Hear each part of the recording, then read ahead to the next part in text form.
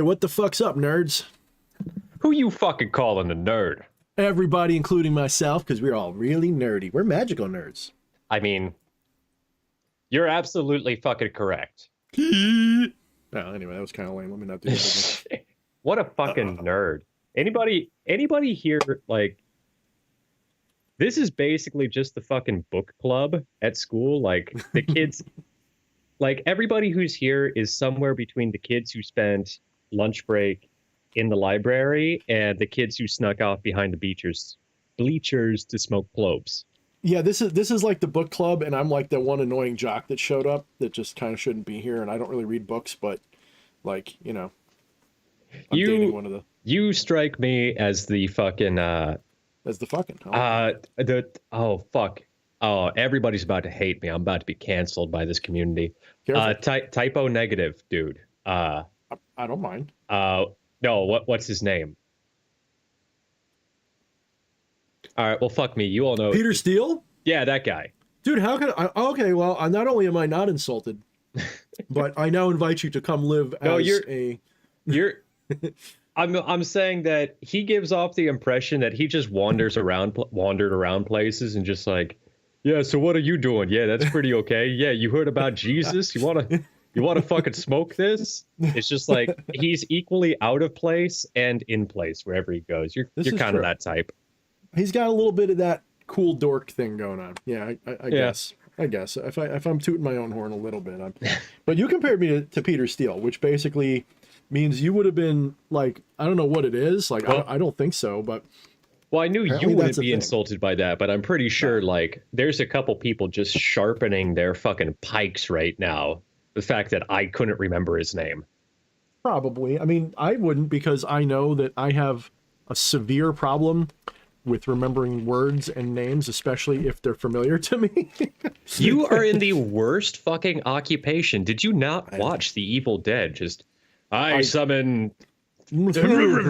That's not even a joke. That's basically my whole life.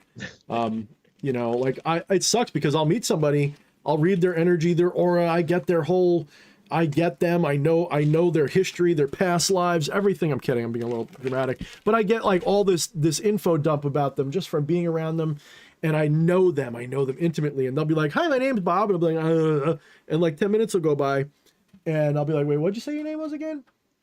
Oh yeah, no, my theory with that, cause I'm the same fucking way. I have to make a conceited effort to remember somebody's name. The correct word is concerted, but I like what you did there. You know what I mean. Okay, no los dos. I have to make a fucking effort to remember somebody's name, and I normally just play off the fact that I'm from California and call everybody dude, so I can get away with it. Mm-hmm. But no, it's because like everything else about you is so fucking important. Like everything else is so much more interesting. Your energy, like where you been, where you going, what you like. I agree. Your fucking name doesn't fucking matter. I hate your name. In fact, I hope people tuned in. I hope people tuned in right as you started saying that. It sounded like you were just worshiping me. Like everything else is so much more important than you, and you're so beautiful and wonderful. And I'm just like, yes, say it. Oh yes, work the shaft. Yeah, work the shaft of that ego, baby. That's where the bulby end is. All right. Anyway, guys, welcome and hello. Let's give a good shout out to everybody. We got Shrieking Violet, formerly Camilla. That's her cool punk chick band name, if she had a band and if she was, a punk chick. But she is cool. So 1 out of 3 is pretty fucking good. We're gonna take it. We love her. She's sweet. She's adorable. She's a purple wrench. That's how it is. So that's my wife, for anybody who doesn't know. So be nice to Shrieking Violet. She's very helpful. I like that name. It's very fucking like goth punk. It is, right? So who else we got? We got Eddie the Romanov. We have Astarte. We have Astaroth. We have Jasonius Arcanum. We have Evil Angel. Ooh, we got Prince of Gillette. No, Prince of Gilgal 55. What's up, Prince? Dan Best. What is up? Damien Draco, Blade and Cloak, Jeff 524, Kelly Meadows. Jeff. I've been watching too much fucking What We Do in the Shadows now, so it's like I can't hear the word Jeff without like. What happened? That name is no good. It is like a weak ejaculation. Jeff. I still have to fucking like train my trained my mind to read that as Jeff and not Joffer.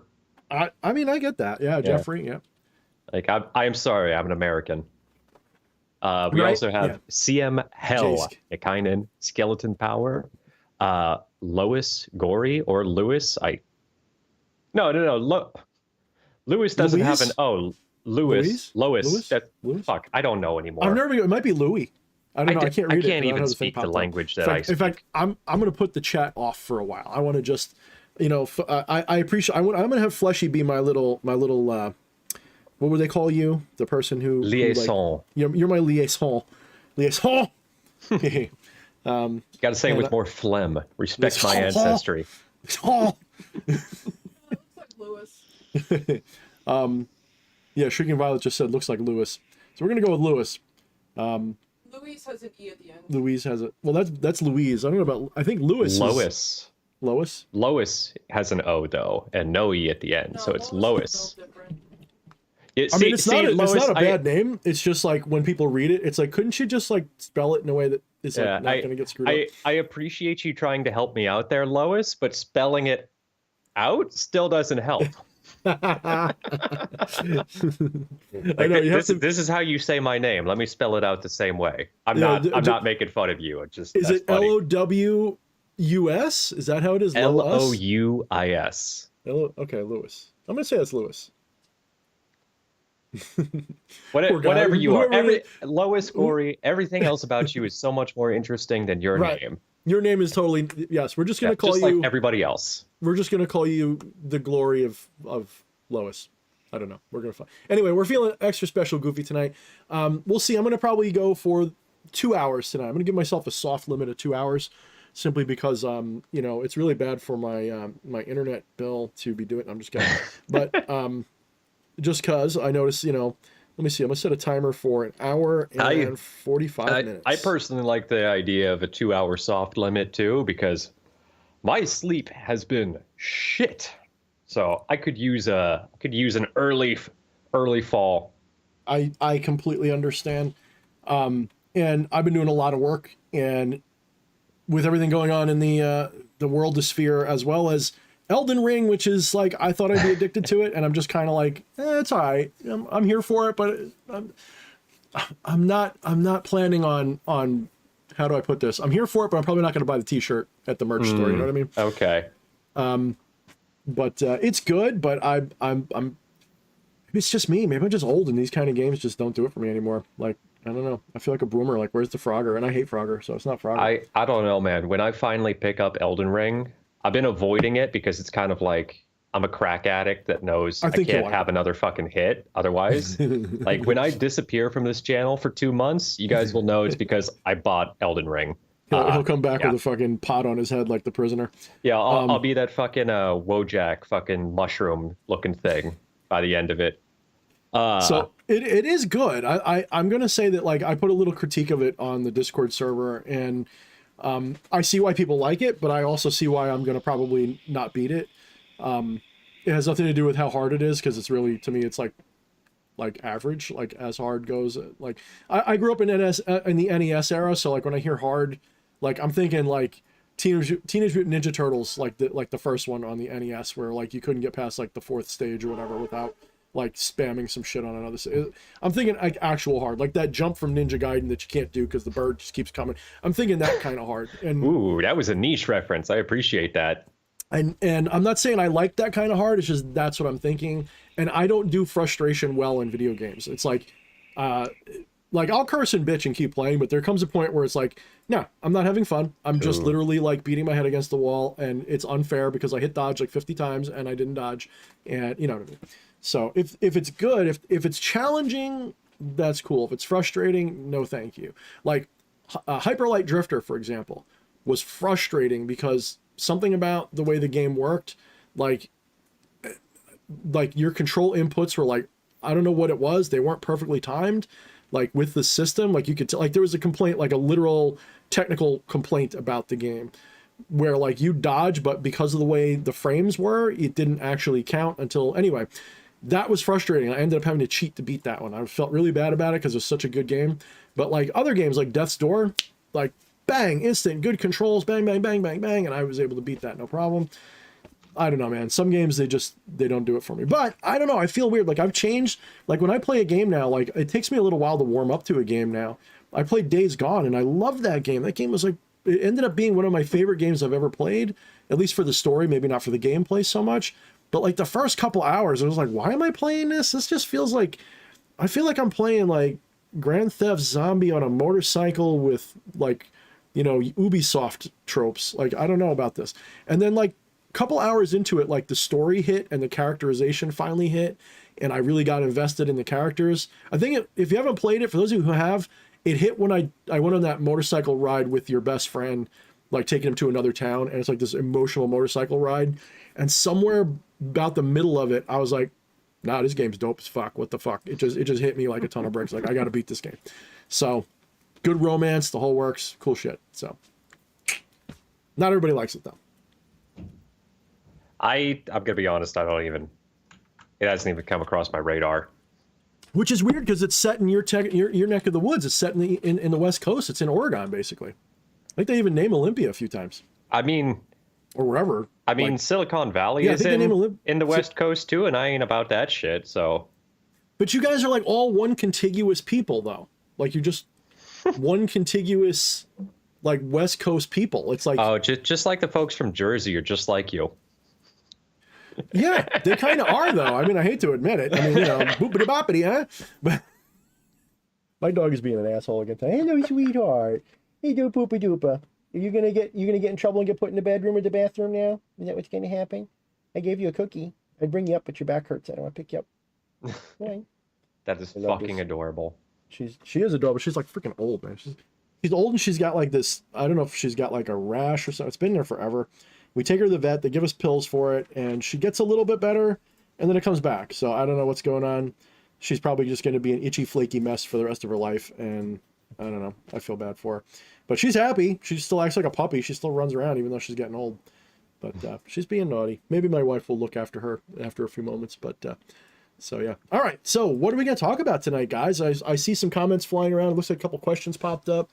Yes, and I think super chats. Oh, shit. Well, we got 2 super chats. I think your boopity boppity in that general shape encouraged the mandatory fisting hippo. Oh, awesome. Appreciate you, Asarte. That's an early fisting hippo. Usually that waits for a couple hours. Usually we don't get the fisting hippo for a little while. Normally we have to earn it a little bit more. Yeah, usually I have to go like deep in that non-dual ass to like fucking get the fisting hippo. No, I'm mature. I'm not going to make the joke. We also have a super chat from Slim Lewis. Says, can we hear DH talk Ukraine without getting political? Oh, no. You know what? I'll volunteer this, and it's, you know, it's mostly in jest and having some fun with it. I think everybody knows about the fucking sunflower seed lady, which is just, dude, metal as fuck. Seed lady. I guess I don't. There's a video of this lady fucking approaching Russian soldiers occupying Ukraine and bitching them out, and it basically ends with her saying, make sure to put some sunflower seeds in your pockets, so at least when you die, something beautiful will grow in Ukraine. I mean, let me say this, okay? I am pretty much universally opposed to war. I'm sort of a pacifist, I guess you could say. I'm not saying that there's no such thing as a justified war. I'm saying that my last resort is that kind of a thing. You attack us, fine. So my main concern is America. That's not to say that the world doesn't matter, but my main priority is America. And it's kind of like, I'm not saying I'm not paying attention to it, because I am. But what I am going to say is I'm not taking sides on which country is right. You're never going to see me with either a Russian or Ukrainian stand with slogan. I'm not going to do it. I stand with the people on both sides who are not trying to fight, that are just literally trying to live their lives while the world goes fucking crazy. I stand with you guys. So that means there is no flag. I will not put a flag up and say only the people of fucking Ukraine count. People count. Your fucking country doesn't mean that you matter more or less to me.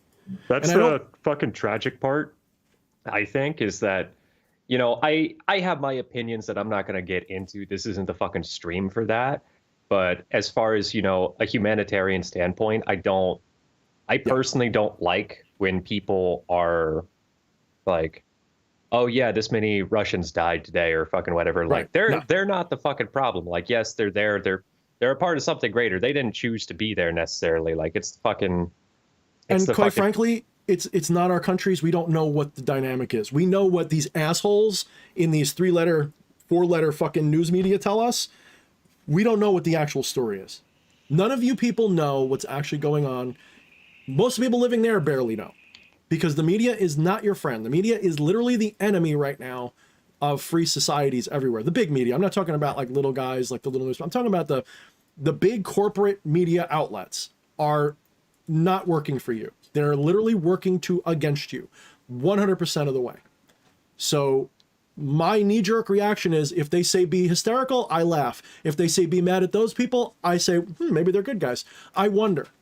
Because it's all lies, it's all propaganda, it's all filled with just nonsense. When you have Simpsons characters like trying to get you to support a country, I gotta wonder, okay? Why are we getting our emotional heartstrings pulled so bad? I'm not, this may sound to people who lack nuance that I'm supporting one side or the other. I'm simply responding to the overexertion of the media to get me to feel a certain way about one side, when it shouldn't be about sides. It should be just the people. Just the people, because there's Russian people affected too. What you don't realize is there's families that go across those borders. In other words, they're very closely related. Oh yeah, dude, it's brother fighting brother, basically. It's brother fighting brother. And like, I don't fucking support one side or the other necessarily. I just don't want to see fucking brothers killing each other. Yeah. Now that's of course my exoteric opinion, and we're on YouTube, and the social media services right now that we use are calling things that they disagree with misinformation and disinformation, and kicking us off of everything when we don't agree with what they say. So I have to be measured also in what I say. I have to be very neutral and very, very polite and very, very sweet about it. So I can't say some of the darker things that are actually going on with a lot of specificity that I see. Discord, by the way, everybody who's on our Discord or who might be there or sometimes uses it, our Discord may be getting moved over to some other thing, or have both, and just kind of dance between the two until one gets taken down, because there's at least a non-zero chance that I or someone will get our Discord taken down, because Discord they basically just put into writing that they're going to do what Twitter and YouTube and Facebook are doing. So if you've got any misinformation or disinfo on your Discord server, by the way, that could include magical stuff. I want you guys to realize, if they decide that your healing spells that you recommend to people are misinformation or disinformation, you could end up losing your channel. So be aware. And I'm gonna have to call my wife. Hey, honey, you want to get the dog when you get a minute? She's really getting nosy. They're really, really pushing this. It's probably going to end up being nothing for us, but how do I put this? Why do I keep supporting things that continually try to censor everybody? Why am I keep giving them, like, Fleshy gets not mad, but you joke around, Skype sucks, use something else, don't use Zoom at all. And I agree with you, but there's not many alternatives, as we know. I mean, there are some. We should probably look into those. But why do we keep doing this? Why do we keep giving our time, money, and attention to these systems that literally want to deplatform us every fucking where we go? Anytime we say something that's a little out of line with what they want. That can't continue in a civil modern society for long without all hell breaking loose. So I don't want to support that. And this goes for the whole show. This goes for all these topics. They did this about the virus. They're doing it about the Ukraine. They're doing it about the election. They do it about everything. You can't have a dissenting opinion, whether you think it's a valid opinion or not. If you don't sit there and think, this is pretty weird that it's like every time this one group speaks, and sometimes the other side that's also dissenting, by the way, it just seems to me to be more the one way than the other. Why is it anybody who dissents get kicked off of everything? Why? Isn't it seem like they're all working together to fuck up the average person's opinion? I'm not in fucking high school. This isn't high school. This is the internet. Bunch of edgy motherfuckers made this. Oh man, high school never ends. True. Well, it used to. It ended for me, but now a bunch of millennials, no offense, Fleshy, are yanking me back into this high school mentality, and it's really fucking frustrating because I got out of high school, and I mean, I vowed I'd never go back, and we're basically in it again. So I don't know what to say except all of this is bullshit. All of it. You know it is. Everybody knows it is. Now, is there anything more to the Ukraine thing? Of course there is. I think that there's way more to this going on than whatever they're telling you. I think that there are, as they would say, deep state, cabal, nuances here. When you look at the holdings that all the people that are in the current establishment of the United States, what they hold in Ukraine, the different fingers they have in pies over there and the corruption, the leaders that they installed and what they do for them. When you look at this whole bigger picture, it seems to me that the main reason the establishment wants you mad at Russia is because it's hurting the establishment, not because they give a shit about the people. And that is how it always works, by the way. If you look at every war that America has been in, or pretty much any country has been in, there's always a pretext of we must preserve their democracy, we must help them with humanitarian stuff, we must free their population from their evil dictator, and then we go in, we bomb, we carpet bomb, we kill, we use white phosphorus, depleted uranium, fuck up a whole bunch of people. Literally, like, millions of people die. We lose a couple of thousand, and it's a big tragedy. It's a couple million people die in Iraq, for example, as a direct result of this, of our efforts to free them and protect them from Saddam. And then we install a dictator and a system that we can rule. And then it doesn't really work for us, by the way. It almost always starts to backfire. So that's why I'm against war. It's not because of the reasons they tell you. The same thing with the virus shit, the same thing with the election shit. They will say, for your safety, I've got to limit you. And I'm done with this. It's like, and I think most of you are too, I hope. I genuinely hope most of you feel the same way, or at least whether you agree with my politics or not, I hope you're all pretty fucking sick of this tunnel we're going through. And I think it's time to stop this shit. So that's all I'm going to say, Fleshy. Get us out of this topic before I fucking throw something. I was going to say, I'm going to have to pour a couple fingers of whiskey if this keeps going. No. I mean, I got my rum here. Oh, shit. So we actually have a question. I don't know if this one is going to be up your alley necessarily, but Evil Angel had a question. It's a two-parter.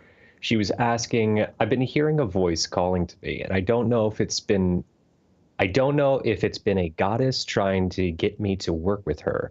The confusion comes in because I hear two names being said to me, and it's being Luna and Bridget. Does anyone know about these goddesses and what they might be trying to work with me on? Let me just quickly double check one thing that I'm kind of like, I just want to make sure I'm wrong before I say I'm right. That's usually how this works. Luna means the moon. That's my contribution to this topic.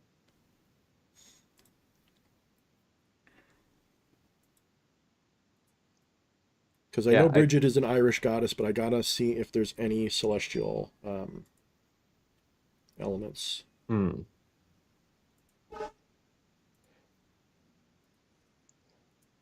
Well, could it not be a two-faced entity? Or that was the wrong way to say that. Could it not be an entity that has two faces? Look, they all have infinite faces if you think about it. We're all the same divinity wearing a mask. So oh yeah. You know, all of these are masks for the divine. So that's number one. Let me just check one more thing. Who are you, fucking a Facebook fact checker? Fucking fact checking yourself? Yeah. Well, because I'm not as familiar with the Irish pantheon. Okay, so Bridget is the sun. So you're basically talking about a goddess of the sun, and Luna, which is, you know, Selene, which is the moon. Okay, Selena. So you have like the sun and the moon both trying to get your attention. That's one way to look at it. It could also just be that a lot of what we experience has to filter through our mortal ego. So your egoistic interests may be clouding what you're hearing. Whatever you're hearing is coming from one of two places. It's either your higher self going and talk to this, work with this energy and this flow and this current and this mask because reasons. Or your ego might be like, oh, I really like this god and goddess. I really wish that they would call to me. Oh, I just heard a call. So ultimately, you've got to decide. But it could be that you're supposed to work with the feminine aspects of the sun and the moon, and just go from there. Look up both of them and just really study both of them. I mean, I hate this. It doesn't sound like a strong answer, but that's what I would do if I was. But I usually don't feel so conflicted. I usually get a hit and I go. So, oh yeah, that's not Well, the way I hope I'm not being dismissive with this by any means, but don't take it like I need to know the right one before I make any moves. Fucking don't do that. Fucking have a conversation with both of them. Mm-hmm. Reach out to both spirits that you're feeling, talk to them, and just, hey, were you talking to me? Yeah. What you into? You want to work together? Do that with both of them. Do that with some other ones, and then make a move from there. Just having a conversation isn't going to necessarily hurt. I will say some of my favorite spiritual introductions to spirits were I got a hit, I felt the presence, I started calling to it, I blanked my mind waiting for a name to fill it, and a name I might be familiar with, but for whatever reason, just boop, pops into my head. That's the thing. It's one of those things I tell people is that when you're doing this right, it'll be like you're role playing, but the other half, like the part that's not you don't feel like you're doing it. It doesn't, you don't sit there going, I'm going to say this next. It's literally just like, boop, and then it's accurate. Like it's scary accurate. The two of the times I can talk about, because the other one's going to have to be a demon in review, but I'm still not ready for it. I got to do a little bit more work with the spirit before I feel ready. I don't want it to just be like, oh, and this is what the Book of Goetia says. I want to make sure I got some actual hang time with the spirit before I actually start talking about it. And I only got a little bit, so I'm not ready yet. But two of the ones I can talk about was one time I woke up and I just couldn't get the word Sandalphon out of my head. I just couldn't get the word out of my head. I didn't know what it was from. It was just I woke up going Sandalphon. And I remember when I was waking up, I saw this just enormous, like, it was almost like I was the earth or it was the earth or something like that. Just this enormous earthiness. And I just kept hearing Sandalphon. I'm like, what the fuck? I know that's an angel name. I know it's an angel name, but what the fuck? Then I look it up and it's basically exactly like what the imagery was. So I didn't actually go to work with Sandalphon, but I started doing a lot of research on it. It taught me a bunch of stuff that was really important. I got more into some Enochian studies and some other related topics that have to do with that stuff. Very interesting. It was very useful to me. The other one was Amdusius. And I remember I was in my kitchen and I was getting ready for bed and I was turning the lights off and I felt this presence like very strongly. Like I felt like I wasn't alone. I felt like I hear things and feel things moving in the room. And I was just like, all right, what the fuck? And I grabbed my, my walking stick / magical staff, the one that's got the bronze top or the brass top with the stone in it. And I started just sort of like, I closed my eyes and I just tapped the ground 3 times and I visualized myself in my black temple before I built it, by the way, the astral version of it that I've always used. I entered this empty expanse that's kind of like if you've ever seen Stranger Things. If you've ever watched Stranger Things, when Eleven goes into her trances and it's like this darkness, it's kind of like that, but with like furniture around it. Like there'll be pedestals and stuff and obelisks and things. So I entered this darkness and I immediately saw a black unicorn with like flaming eyes and all this cool shit silhouetted against lightning bolts. And I was like, what the fuck? And I heard the name Amdusius and I'm like, what the fuck? I know I'd heard the name before. I mean, I've obviously, read through everything, but I never worked with it. I couldn't put any of this. I was like, well, I don't know if there's a unicorn named Amdusius or what. Next thing I know, I'm going on this wild ride and I'm seeing a lunar goddess and like an evil side of it. And it's Selene and Lilith kind of like opposite each other, working together and all this crazy stuff. And when I came out of it, I started researching. Sure enough, Amdusius is a unicorn demon in the Goetia. And all the stuff was pretty much lined up. Stuff that obviously I read it, so subconsciously I could remember it if you're being really skeptical. And, it's funny. I was about to jump in with something along those lines is the skeptic will say, and we should all have a little bit of that skeptic of, you probably absorbed that and just didn't realize it at some point, that these things get absorbed through culture, if nothing else. But that doesn't invalidate the importance, the individual significance of the event. Yeah.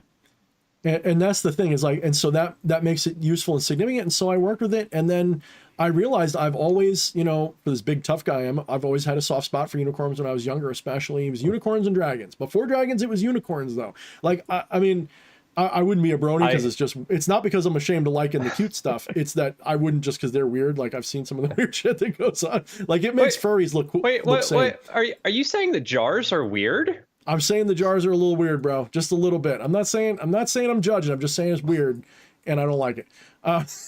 Hey, if you can't handle the jar, you don't get no boba. That's fine with me. All right. So anyway, yeah. So I mean, I don't know, what would it be, like a soft brony? Anyway, I've always adjacent. Brony adjacent. I've always liked unicorns a lot, and I've always thought they were pretty cool when I was a kid, especially like Pegasus unicorns, where I was like, oh, I want to. But that's like. Maybe it was just like my way of hitting on chicks when I was really young. I don't know, but I got into them. But I realized, in all seriousness, though, I've always liked them, and dragons were always like pretty tied when I was really young. Now it's more dragons than unicorns, but because I'm a dude, and of course I have to pretend I don't like unicorns, right? But I have a stuffed. If you guys watch my Amducius video, you'll see I have my little stuffed unicorn from when I was 4 or 5 years old. I still have it, because I'm a nerd. I'm a dork. I don't care. I'm 6'1", 240 pounds. I will break your neck before you can tell me that I'm a nerd. I really don't care. Like you tell him he's a nerd. What'd you say? You're right. And yeah, no, I fucking think unicorns are badass too. It's just, how can you hate on unicorns? They're just such a fucking. They're cool. They're like a especially classic. Black dark evil unicorns are cool as fuck. Like twisted black unicorns are so cool. Come on now, we can goth them up. Goth unicorns are badass. Oh fuck yeah. So we've got a super chat here. Did you have anything else you wanted to say on Evil Angels thing? I think I'm good. Yeah, okay. So Jasonius Arcanum hits us with that glorious 666. He says, recently finished reading the Shadownomicon. Reading each shadow being, I felt their subtle darkness. I also had insane hunger reading your grimoire. Well, like physical hunger, like you wanted to eat stuff, or you mean like vampire hunger? Yeah, it's just be careful. I know I say this over and over and over again. The shadow people are not evil at all, but they are like maggots cleaning a wound, and they feed on your rotting shadow. And if you do not learn to recognize it and integrate it, and part of integrating it is loving it, like you have to literally have compassion for your own shadow and try to find out ways to integrate that thing, you'll be in trouble. But the other side of that coin is sometimes you can overdo it, and it's actually a sort of pride that you have for your shadow. Like there's people who are proud of being like, having a short temper. Like I've known people who are like, well, I'm Irish and we have short tempers. And I'm like, shut the fuck up, you moron. So it's kind of like, be careful. Like this is the thing. And the more you try to be careful, the more they'll get you too. It's a very challenging path because it's very Zen in a way, in a dark way. It's like a dark ass Zen. You've got to really you got to learn to just go with that flow of what your shadow's doing. And then just be like, yeah, we're not going to kill people though, Mr. Shadow Mind. Okay. But we're going to embrace those morbid thoughts though. So you might have thoughts of doing things that are really bad, and that you would normally stuff in the back of your mind and avoid them. Well, they're going to get dredged up to the surface if you're doing it right. And you've got to learn to, roll with it without acting on it, basically. I think it's kind of like the difference between, obviously not saying engage with it or not. It's not participatory, but you're not turning away from it. You're keeping your eyes open where before you would want to like, oh no, that doesn't exist. I'm somewhere safe. Eyes fucking open, fully aware and cognizant of what's going on, just within your own self. and just choosing whether or not you want to engage with it. Watch the movie Fight Club. Because it's kind of like what you're saying is it's like my eyes are open. Like it reminds me of the shadow people are very much, if you haven't seen Fight Club by now, if you haven't seen Fight Club, get with the program. At the very end, when he finally integrates his alter shadow, my eyes are open. And that's what you got to do. And like that movie is actually a really good example of, I would consider, if that movie was extrapolated into this, I would say that, Tyler Durden was a shadow person, quite literally. It's just it took on a human. That's the thing. Like I draw them, I talk about them like they're shadows because that's usually the manifest for people.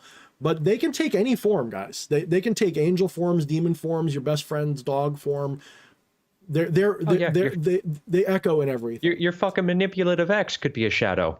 Well, have you been dating fucking egregore? Of course you have. We're all egregores. I wouldn't go that far, but yeah, that's basically true. Yeah. So basically, so it's challenging because it's a practice of it got to become a practice of wu wei rather than trying to change, correct, force. You can't do any of it on purpose, and yet you can't let any of it happen against your will. So what you have to figure out what your true will is. That's kind of like what it involves. You have to figure out what is my divine will, not just what my ego's choosing. My ego's choosing this, but that may or may not line up with the divine will, and the divine will always be what happens. A right-hand pather says, oh, the will of God is always what happens. Well, a left-hand pather says, my divine will always happens. You are that God, okay? So you have to recognize that. The person you think you are, though, is the illusion in front of it that's fucking you up, that's causing you suffering. So you've got to sort of dissolve that illusion, recognize that it's a mask for divinity, and that the mask will sometimes indicate things that the divine is not doing. But you will find, if you do the homework and the spiritual depth and the shadow work and all this stuff, that the psychological side as well as the spiritual side, you will find that your egoistic desires and dreams and needs and wants and all this crap, they may not always align with the specifics of what your divine is doing, but they're always aligned in the direction. That is to say, you might want your ex-girlfriend back. Okay, that's the symptom of the actual divine will happening. Your divine will might not be for you to ever get your girlfriend back. But your divine will might be to process that loss, or it might be to, maybe trigger you to realize that there's something else emotionally that needs to be fulfilled. That's why you're pining away. What if the reason you want your ex back is because you have some kind of weird self-insecurity issue? You're codependent, maybe. Yeah. What if you're the fear of the unknown? Like, what's it like to be single again? What's it like to be without them? I don't know anymore. Yeah, so your divine will is for you to figure that out, not to get your ex back. That doesn't mean that's not always it. Sometimes the divine will is to work magic and have a mysterious experience where you get your ex back. But on the scale of 1 to 10 of likelihood, that's almost always a 1. It's not that there's no exceptions to it. It's that if 10 people come to me saying I need my girlfriend back, 11 of them are not going to get their girlfriend back. Okay. Just if we're going with that. And as I've had to integrate a massive shadow with magic over the last 2 years, one that I thought I integrated and I didn't.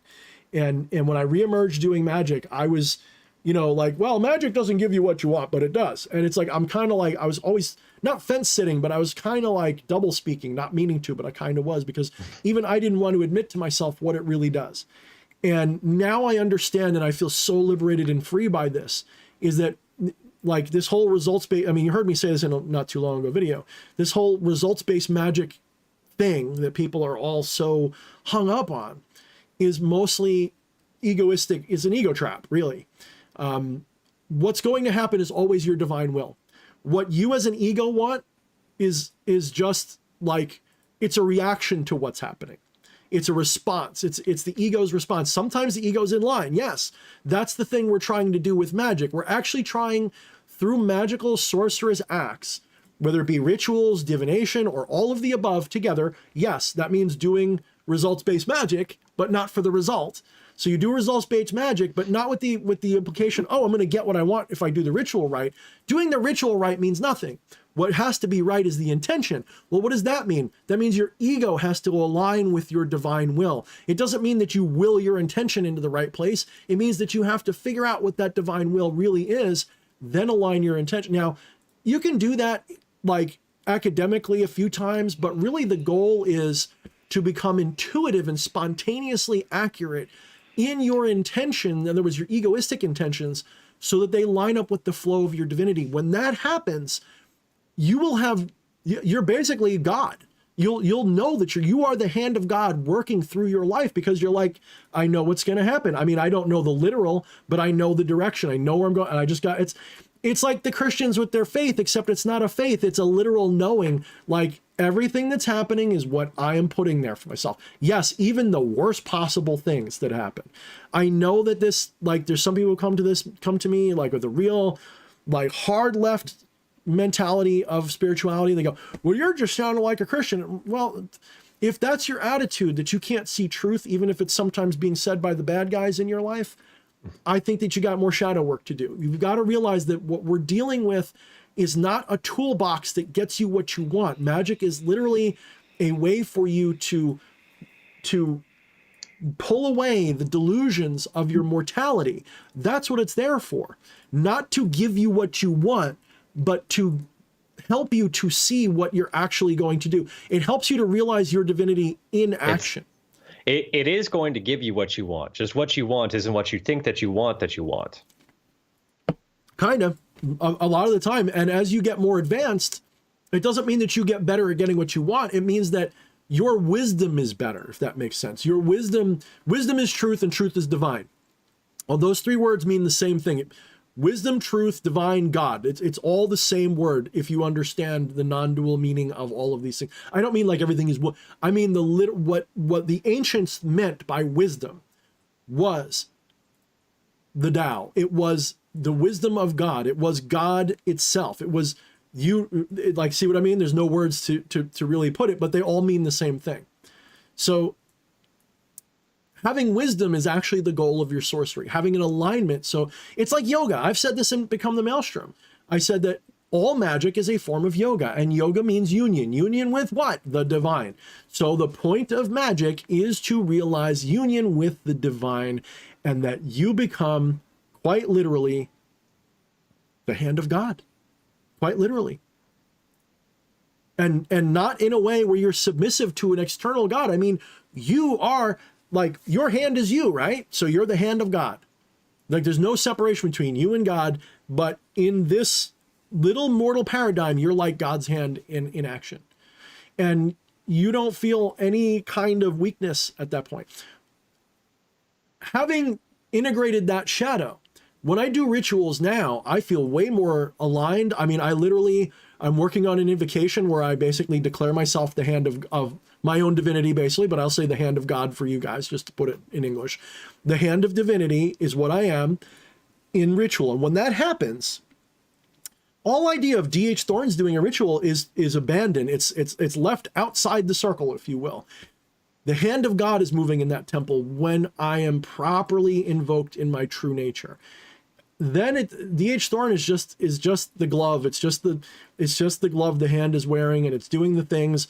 And quite honestly, the ritual is just a formality. It's just a bit of floor show so that I can really just enter that Gnostic state and do my ritual and just trust that that's going to create sort of like a spotlight on the eventual miraculous synchronistic happening.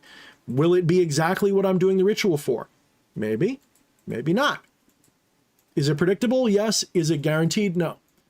So if I'm doing a ritual, I feel that doing that ritual is important. Does that mean that the thing I'm saying specifically, do I expect it to happen? This pisses off a lot of modern magicians who are real deep in that ego cul-de-sac. I mean, they're really deep into it. They can't get out of it. It has to be, I'm doing the Italian thing. It has to be for them a way to get what they want, because they still haven't realized their divinity. If they did, they'd realize that, man, if they realized the game that they're playing with themselves, they would just laugh themselves to sleep. I mean, I almost do. I laugh myself to sleep quite more often than I tell people. Well, and it's fun. it's fun being in that mindset. It's like, it's a lot simpler, and I don't say that backhandedly at all. It's a lot more straightforward, and it's fun.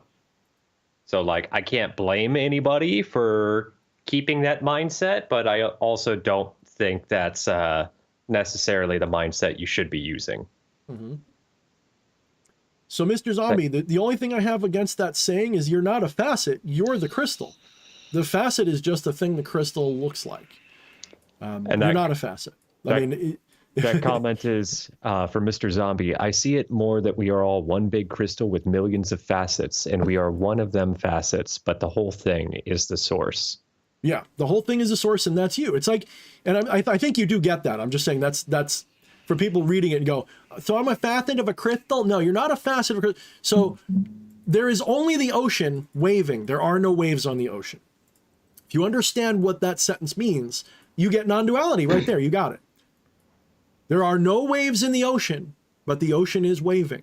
When you understand that, bing, and it's like, you'll go far. You really will. When you really understand that, like truly understand it, everything else I'm saying, you won't need my channel. You'll just be like, I get it now. I don't need DH Thorne now. We're done.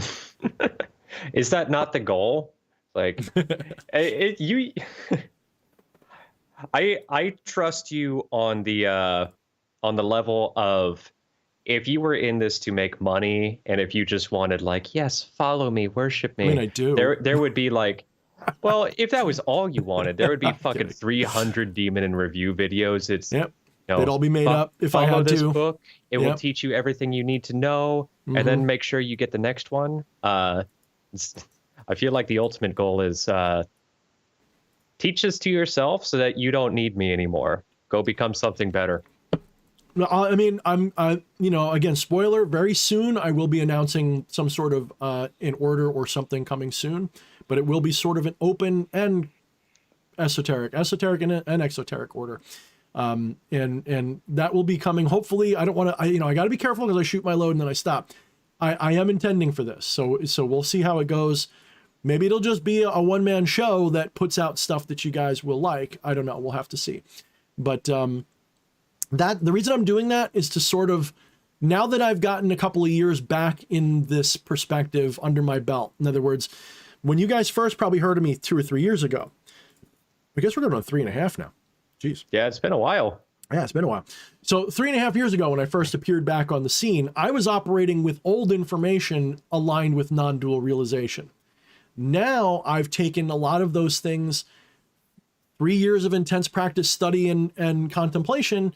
And a lot of the stuff that I've said when I first came out, like Become the Maelstrom, is still a good book. None of it's like wrong, but it's like, I can do better now. Like I'm ready to do better. And I want to make a more, I want to make a modality, if that makes sense. I want to make a modality that people can jive and groove with and resonate with and learn from, rather than, so before I created a giant buffet, cool. It's got a lot in it. And that's tiring, by the way, to make an ever more increasingly large buffet is tiring.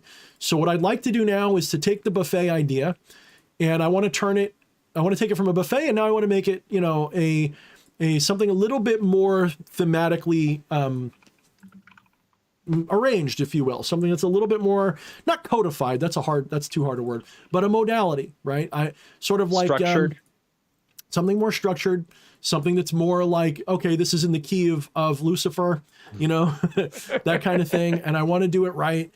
And so I'm taking my time, and I'm really I want to make, a modular thing. You'll see. I hope I finish it. And if I don't, you guys can make fun of me in a month for fucking it up again. So yeah. It's no, that's too long of a tangent. So Behemoth says, shit, you keep overthinking things, you'll end up right. You'll think yourself right out of black magic. You got it, brother. That's the goal. I want to think myself out of everything. I want to think myself out of my own thoughts and then become God. That's it. Because I am God. So. Who's the fucking guy that wrote Hitchhiker's Guide to the Galaxy? Because that seems like a punchline out of one of his books. I would have known that answer until you asked it. The moment you asked me who it was, and my brain was like, boosh. Dude, like, I you need ever to flush the look toilet up while you're still sitting on it and feel the suction? That's what basically just happened. You just flushed while I was sitting. There's a term for that of once you give somebody parameters for something, they can no longer think of what that thing is because they've been given your parameters. And cruelly, I always forget the term because I'm thinking about it. I'm just going to have to look it up and fucking all I can write come it up down. with is Philip K. Dick and 42, and I know it's not Philip K. Dick, but I know 42. It's not Dick. I know Dick. No, I know. Dick. I know you know Dick. I know that's, see, now I can't put that together. I know it's Blade Runner, Android's Dream Electric Sleep. I see the old cover of Hitchhiker's Guide with the green fucking planet. I can see the whole thing, and it's like right there, and I just can't. I'm looking it up. I can't get it to resolve in my aphantasia brain.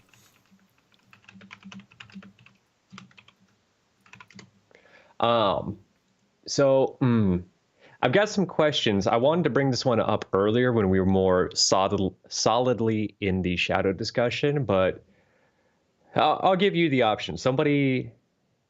We could go with 3 different topics. Spirits. Douglas Adams. Thank you, Mr. Zombie. Sorry, Flushy. Oh, yes, thank you. Save me a Google. We could go with a question about the spirits as they correlate to energy with focus on noise, the LHD, or shadows. Do any of those pique your interest? I mean, I'm not quite sure what is meant by the LHD. I had a feeling. I'm going to tag him because I was hoping that you would know what I'm not a he meant by bookworm, that. so there's a good chance that it's a bookwormy question, and I might have to look up the thing, and then I can give you my impression of it. You know, again, for those who don't know, I am not. I mean, I say bookworm like it's an insult. I mean that like. I respect bookworms. We need them. They do things I can't do. I have too much ADHD to read all the books anymore. We just recognize that we're not one of them. We represent the other swing of the pendulum. Yeah, I'm the sorcerer, whereas they're a magician. Like they're the mage from D&D. I'm a sorcerer or warlock or both. Like a sorcerer, warlock, monk. Like, you know, blade master. You didn't get your magic from reading the books. You got your magic from fucking doing the shit. I got magic from just going, I'm God, and that's it's different. It's completely different. So I go from a completely different direction. For me, it's like I just walk out in the woods and things tell me what to do. Right? Yes. I'm literally crazy. Like these people are intelligent, sane, rational book readers. I'm a lunatic that goes, yes, great tree. What shall I do next? Yeah. Yes. People think we're crazy. And they're right. They're just controlled crazy. It's just no. We're all crazy. It's just I know I'm crazy. That's the difference. I know why I'm crazy too. But does that give us any more power? Is by recognizing what we are? It's not about power.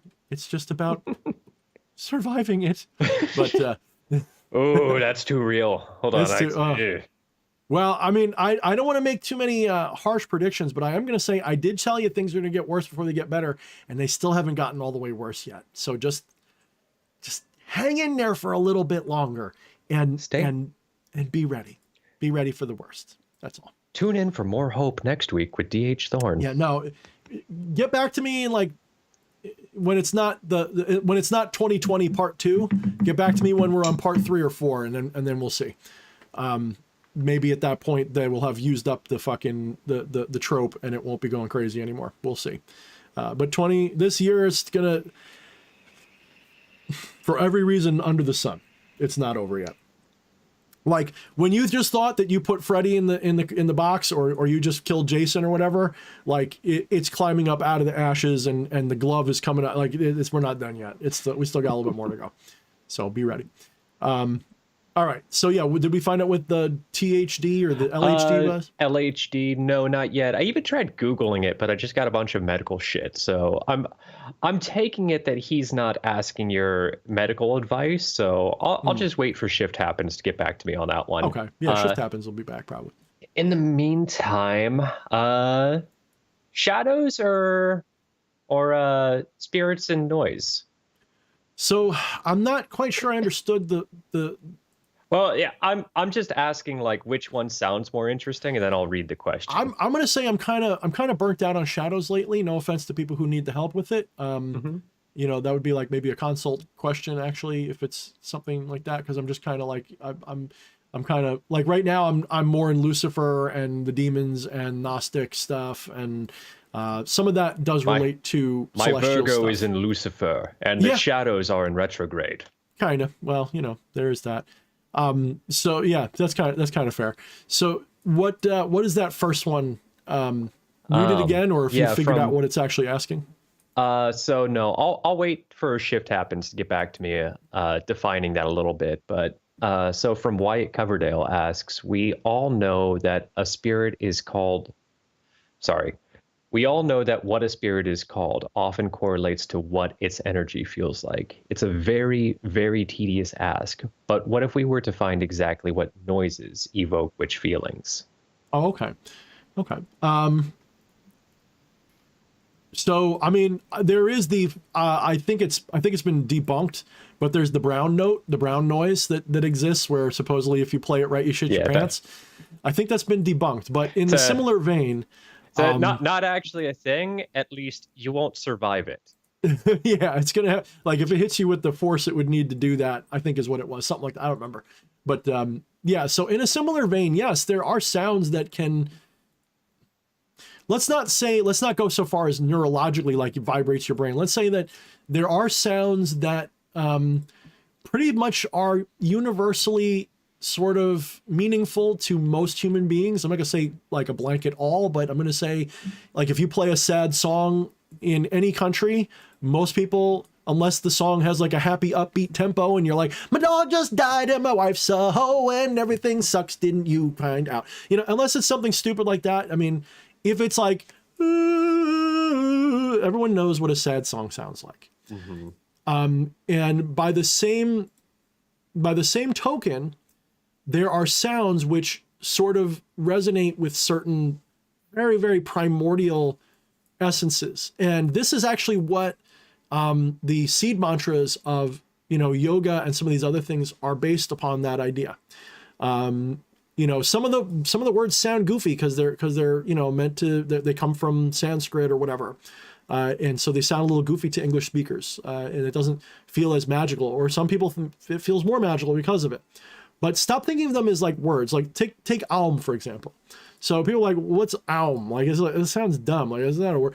Well, it's not Aum. It's actually the complete and total opening of everything from here up and out. And it just literally just like it opens up your entire windpipe, throat, lungs, mouth, everything.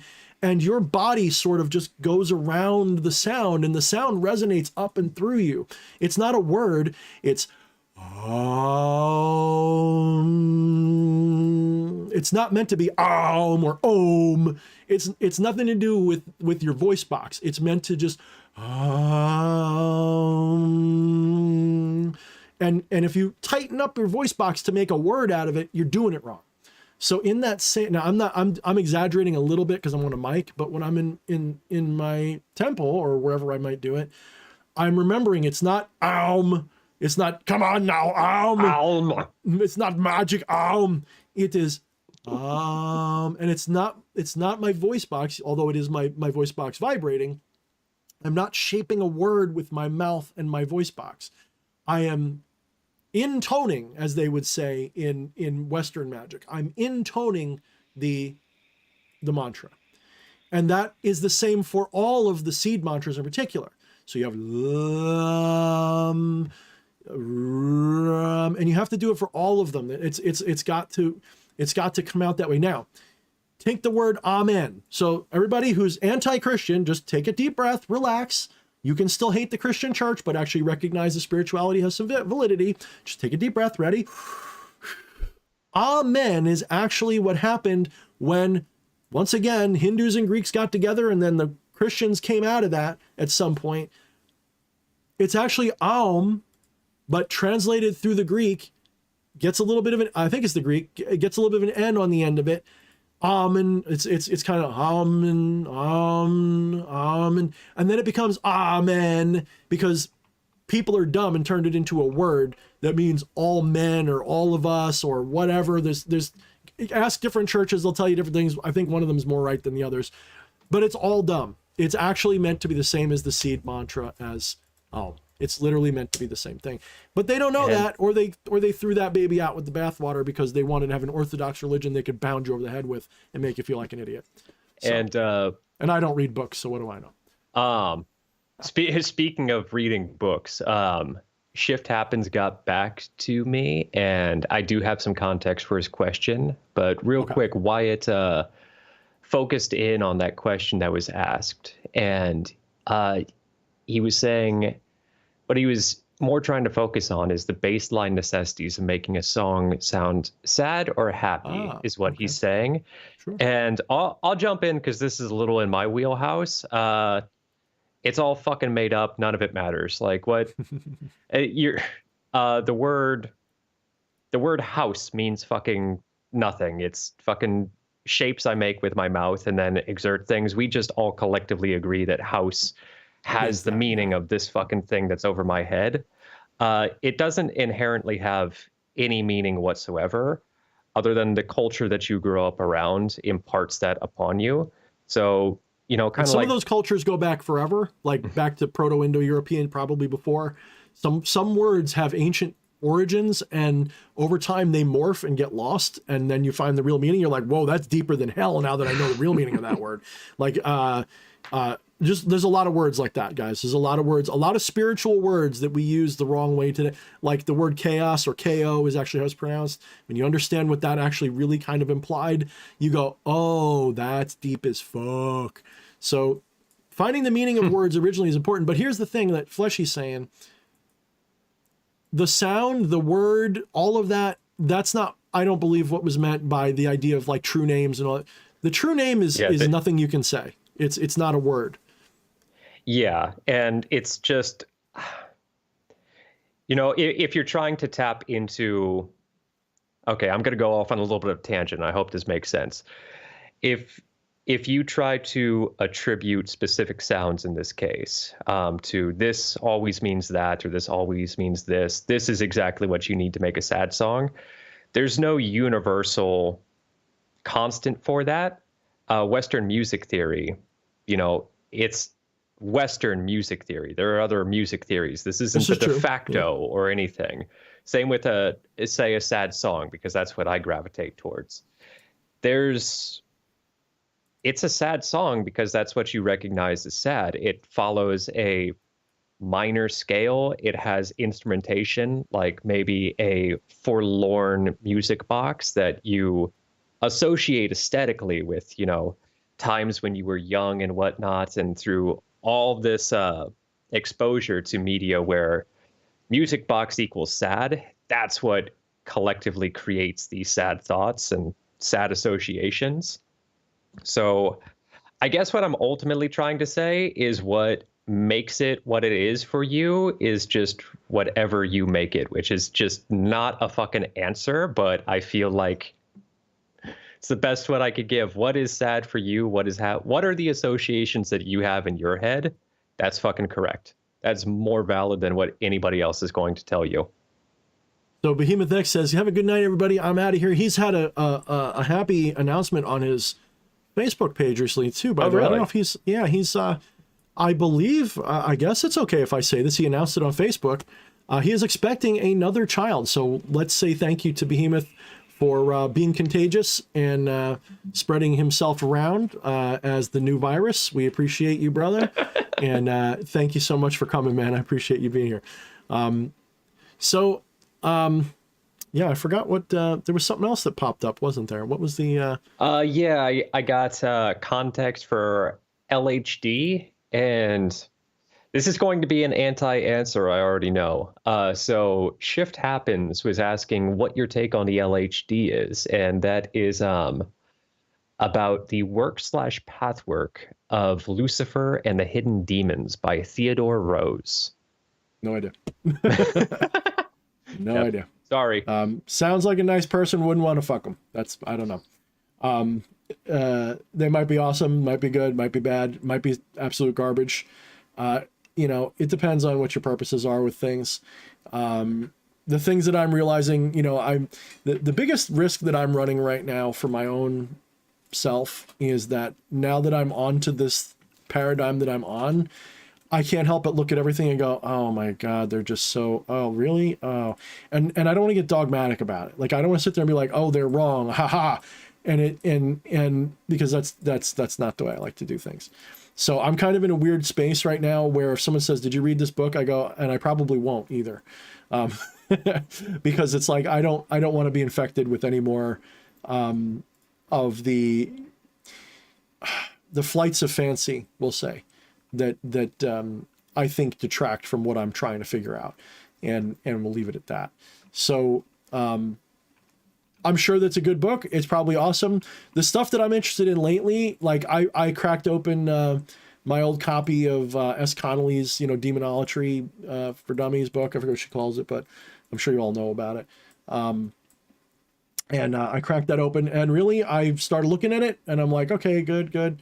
Correspondences are useful that I didn't look up before. At least it's in one spot. Yeah, that checks out. And then I'm like going through the rest of them, like, yeah, but none of this actually is useful to me, the way I think of things. So I can't use it. It's like an unusable system for me.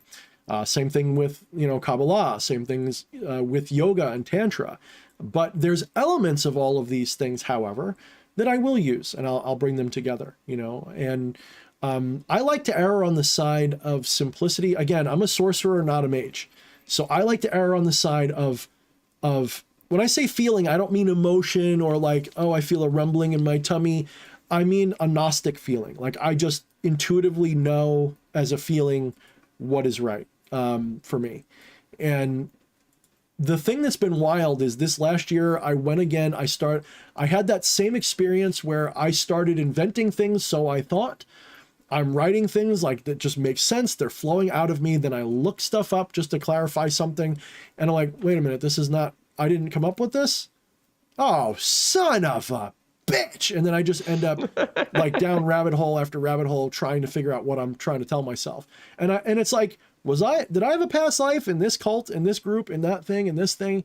And it drives me up a little bit of a wall sometimes because it reminds me once again that you can't invent anything new. It's never going to happen. But it is good though. It's good. And you can ask Eddie, he's gotten a few of my questions.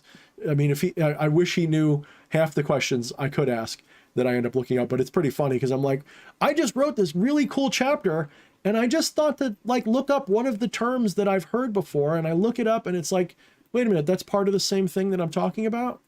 And I didn't know that thing ever existed, huh? Man, I'm stupid. Man, I wish I had the Library of Congress in my head like some people do. I really wish I do.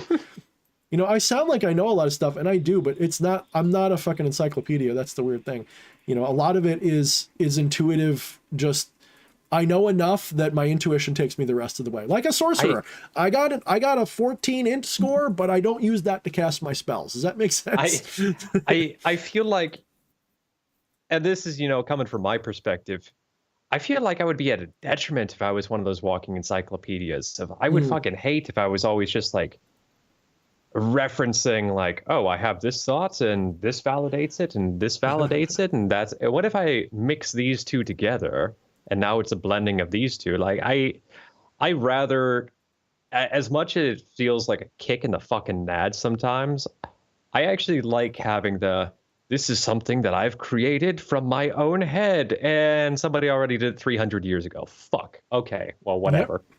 It drives me up a wall, but it's a good wall because what I'm finding is that, lately my whole attention's been really revolving a lot around Gnosticism because there's a whole thread of thought that is really valuable there. I am not a Gnostic, and at least not in that sense. I am a Gnostic, but I'm not a Gnostic. I'll have to explain that in depth some other time. So I'm not like a Gnostic Christian. I don't believe in their cosmology or their mythology of the origin of the world. But I am a Gnostic in the sense that you need to have gnosis, you need to have samadhi, you need to have that you need to be confronted with your divinity in a not intellectual way, but in a spiritual awakening kind of way. Some people here have either had it or have come close enough they know what I'm talking about. When I make these videos and conversations, they're like, yes, this, and this, and I can tell that they've had it and they know. If you've done a heroic dose, if you know what I mean, there's a good chance you know. But the point I'm trying to get at is, looking at Gnosticism, there's some useful symbolism there and some useful realizations there that I think transcend that old timey-wimey Christian religion that was stamped out by the orthodoxy, that most of you would probably approve of, by the way, because half of your occult symbolism comes from it. If you look at what the fucking Orthodox Christians did, they demonized everything that several groups of people did, but one of the big ones was the heresy of the Gnostics became half of the stuff that you guys think is cool in the occult. Just saying. So at least half of it, not all of it, but about half of it. So when you look at this stuff and you go, oh my fucking God, and you realize how much of it's actually useful, especially when you take it out of its mythological as literal context, and you start taking it and using it as metaphor for higher psycho-spiritual truth that has been personified as these characters and these stories, it's like it's like the gate opens up and you're just, oh, this makes so much sense now. That's why I'm like this. I get it. It makes so much sense. The whole world just clicks a little bit better for me after getting that stuff. And I don't even know that much. I haven't even read half the Nag Hammadi library. I'm not into the reading, guys. Remember that. So I research like in weird ways. Trust me. So as I'm learning about this subject and as I figure it out, I find myself like going, okay, so let's take this and put it with this. Like, I'm like, once upon a time, one of my history teachers told me that, this is going to be like a bit of a tangent. The Japanese don't invent things. They perfect things other people invented. And I feel like a little bit like that. I feel like the chocolate and peanut butter guy. Like, I didn't invent chocolate or peanut butter, but I'm going to take chocolate and peanut butter and squish them together a certain way. And I like it. And I hope you guys do too. And that's actually been what I've been doing all since I came back to magic. Was I took my Alan Watts education, if you will, my awakening that happened via that sort of current, and then applied it to occultism. And it's really paid off enormous dividends for me in terms of getting it to work, figuring out what it does, approaching people and having a different conversation. So, I got chocolate and peanut butter. Fuck it. I'm going to throw some jelly in there and we're going to see how this comes out. It's probably going to be nasty, but I'm liking it. So you're kind of like fucking corporate America making all these weird different snacks. Mm-hmm. You're the fucking Star Spangled Ding Dongs. And they're good. I wouldn't actually know. I'm not brave enough to have. I will eat a fucking Carolina Reaper, but I will not eat a Star Spangled Ding Dong because it terrifies me. Yeah, that's too processed and it's got all that breading and shit. I mean, I want to. Like, there's days I go past the hostess rack and I see those old freaking cupcakes that they make that are just absolute, just like, why would you eat those? You might as well just eat poison and just be happy. But I remember the way, like, when you take a bite out of a fresh, my mouth's watering, when you take a bite out of a fresh Hostess cupcake, you know what I'm talking about? And you get the filling is, CM's going to make so many memes out of my videos today. And you get that, and it just, what's that? The damn video from Five Guys, damn, and it fills up all the space. Like, that's, okay, well, anyway, somebody will know. I'm ranting tonight. I had too much caffeine. I know about Five Guys, but I wasn't aware. I feel like you're talking about the burger chain. I feel like we're talking about a different "Oh Damn Five Guys" video. No. Look up. Damn drops Five Guys and watch that video, and you'll get it. Because that guy's like my spirit animal when it comes to certain things. He does this music. He does this review, but then someone takes it and makes it musical. So he's like. The original review is just him talking and he says some funny shit like, oh damn, it's so good, the cheese is oozing and all this other stuff, and somebody remixes that into like whatchamacallit, like, they tone shift it. They tone shift it into music, and it's fucking delightful. It's one of my favorite things. So yes, the yellow cupcakes with orange atropa, yes. Or what about the ones with the coconut, like the pink little snowballs? Oh man, all of those things. Like, I would slap your mama if I could eat one of those and not get fat. I would just eat it. It's just that, you know what? That's the feeling I had when I was at a carnival and I got a chocolate dipped deep fried Twinkie just because I had to. Like, I was so fucking curious and I was like, this can't be good. And the moment I took a bite into it, I had a conversation with myself. Like, I kind of walked out of my body and I was looking at me, and we had a convo that went along the lines of, we can never have this again. This is too good. This will kill us if we ever allow this to go on past this point. So we savor this right now and then never again. That's like the Taco Bell Cinnabon things. Those little. My roommate balls. calls those jizz pockets. Yeah. Jizz pockets. Yeah, you taught us that. And me and my wife, we got them a couple times. I was like, I don't know if I'm gonna like it. Oh, if only. Oh man. Oh fucking shit. What are we gonna do, man? What are we gonna fucking do? I don't know. Fucking invent healthier food that tastes like junk food. Doesn't exist, never going to happen. I'm on keto and I should know, because half the stuff that's, you know, you can either be on keto and lose weight, or you can eat healthy food and not lose weight. And in all honesty, like, keto is like so processed most of the time to get the flavors that you're missing. Some of the stuff I eat, I'm like, I can't even, like, I don't like reading books. And I feel like if I read these ingredients anymore, I'm going to have to just read a book instead, because I mean, it's supposed to just be like bread, but yeah, that was basically my whole life. I felt like I was reading the fucking was it the library of fucking term. I'm so bad with words right now. The library of fucking Akatosh or fucking whatever. Just all the time, just reading the fucking ingredients list while I was vegan. The Akashic record, I think, is what you're going for. No, Akatosh. I'm going Skyrim. I like it. Fuck it, just fuck it. Yeah, we all know what Akatosh is. Yeah, so, all right, what are we doing on timing tonight? Because I don't want to be a rushy rush, but I want to... Okay, good, we're doing good. Yeah, we're so cool.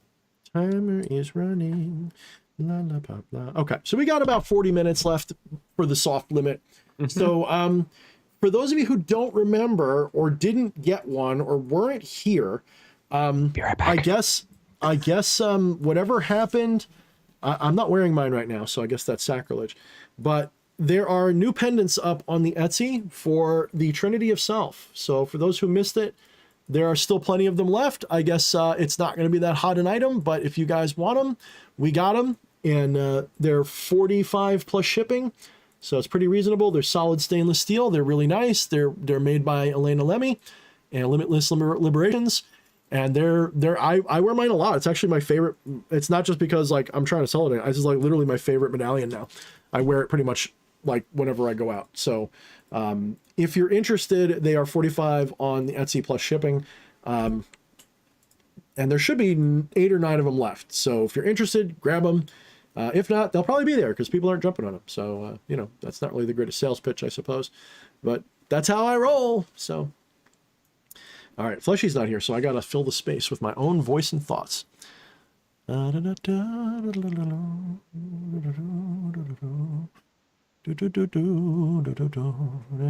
Fleshy's back. And he's doing a pose. Very good. Now Vogue. No Vogue, yes.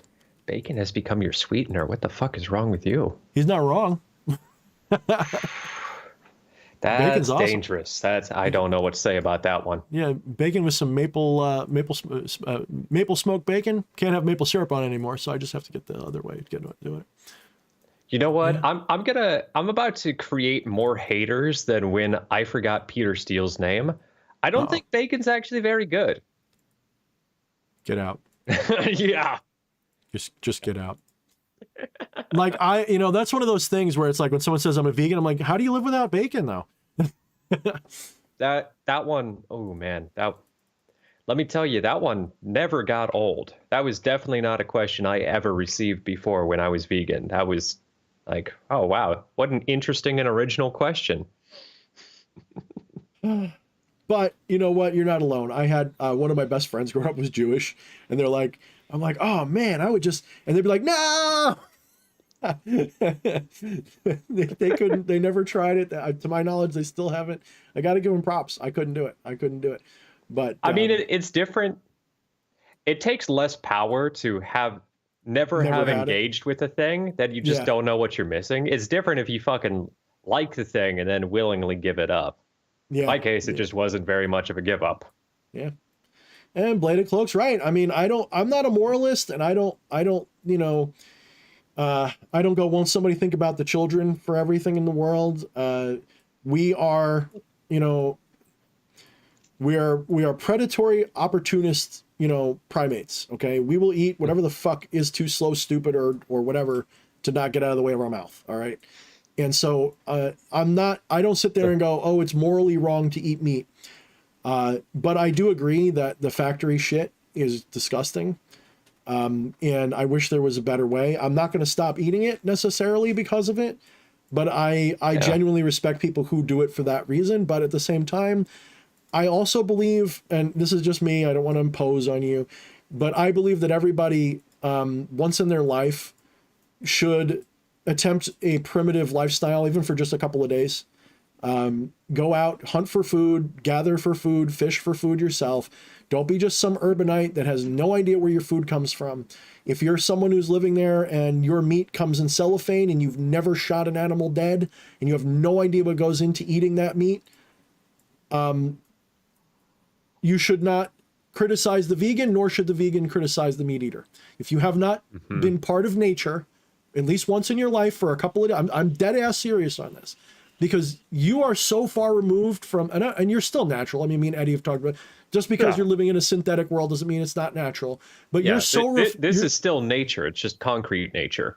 Yeah, but you are so far removed from your, you know, your paleo evolution, and there's a spiritual gap there that you don't realize is missing in your life until you've done this once, until you have.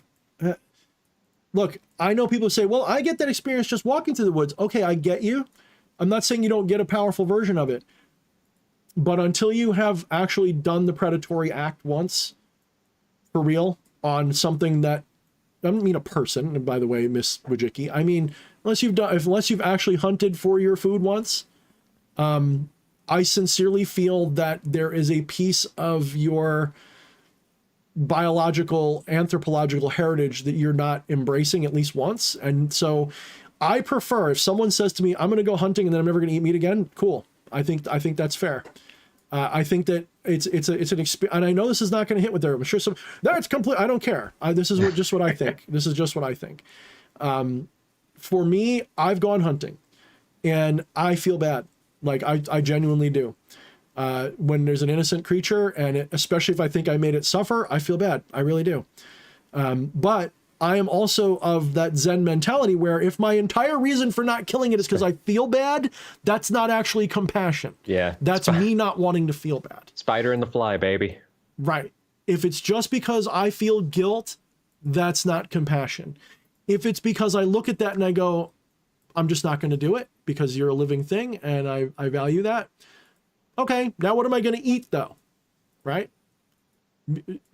Making a decision that goes against nature requires nature to fill in a blank somewhere. So if you're not going to eat that fucker, what are you going to eat? You better have an answer for that. And you better also realize that the other thing you're going to eat is not without repercussion. For all you know, those plants feel every last little bit of what you do to them too. Mm-hmm. How do you know that they don't feel it just because they don't feel it like you do? Are you saying that you only care when things are like you? Are you a bigot? Exactly. Even, you know, within the concrete nature perspective, eating plants isn't necessarily better for the environment or anything. I mean, fucking almonds take so much fucking water and shit to grow, and that's all in like a bunch of vegetarian vegan food. But no, I am of the same mind, and I think it kind of comes back to the whole shadow thing, is that, you know, I'm not saying, and I don't judge anybody, you know, within this discussion for what they choose. Like, that's fucking everybody's individual thing. To interject, and I want you to finish to interject, as long as you're not being a moralistic asshole about it and judging other people for it, I agree completely. Yeah, keep going. Yeah, I don't care what you fucking do. Just keep it in your lane. Like, it's your fucking... It's the difference between, like, educate other people and just don't fucking shove it down people's throats. Don't be a fucking pearl Don't be a Christian. clutcher. Don't be a Christian. Don't show up as somebody eating a cheeseburger and go, did you know that that animal suffered so you can have some bloody murder meat? Don't be that person, because then you're just like the Christians coming on my channel. The Lord will save you. Read this chapter. The good news. Why do you work with demons, Mr. Thorne? Don't be that person. Don't be that guy. Nobody likes that guy, and it's not right. Keep going. But yeah, no, I think it's actually a very understandable example of like a form of shadow working. And maybe this doesn't hit one for one, but you know, we are so removed from all of that, where if you are actually going out and, like Thorne was saying, like even having bad feelings of like, I don't want to kill the little bunny, but also I need to fucking eat.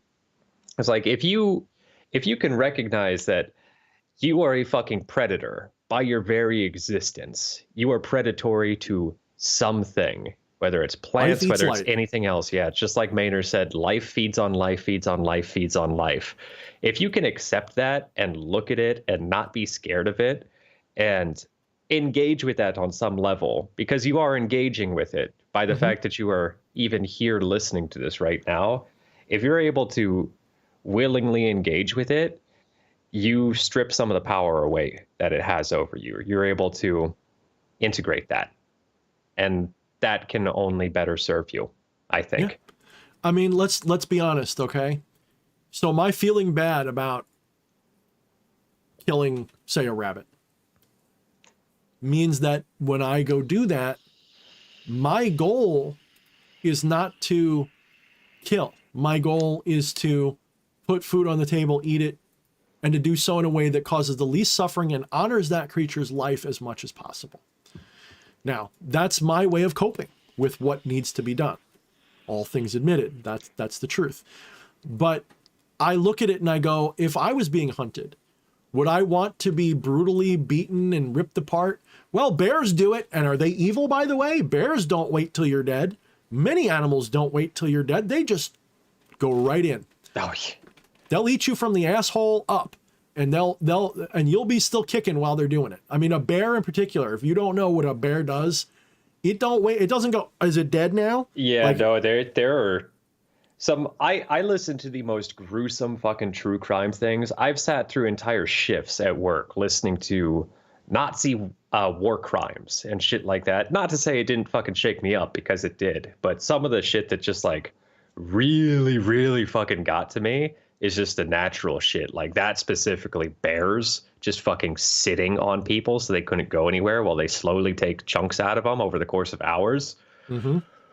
Oh, yep. Fucking dude. Nope. That's a whole lot of nope. Now, Doc says, I don't hunt for sport, but here's the deal. Cats do. Are they evil? I mean, a lot of things. Well, okay.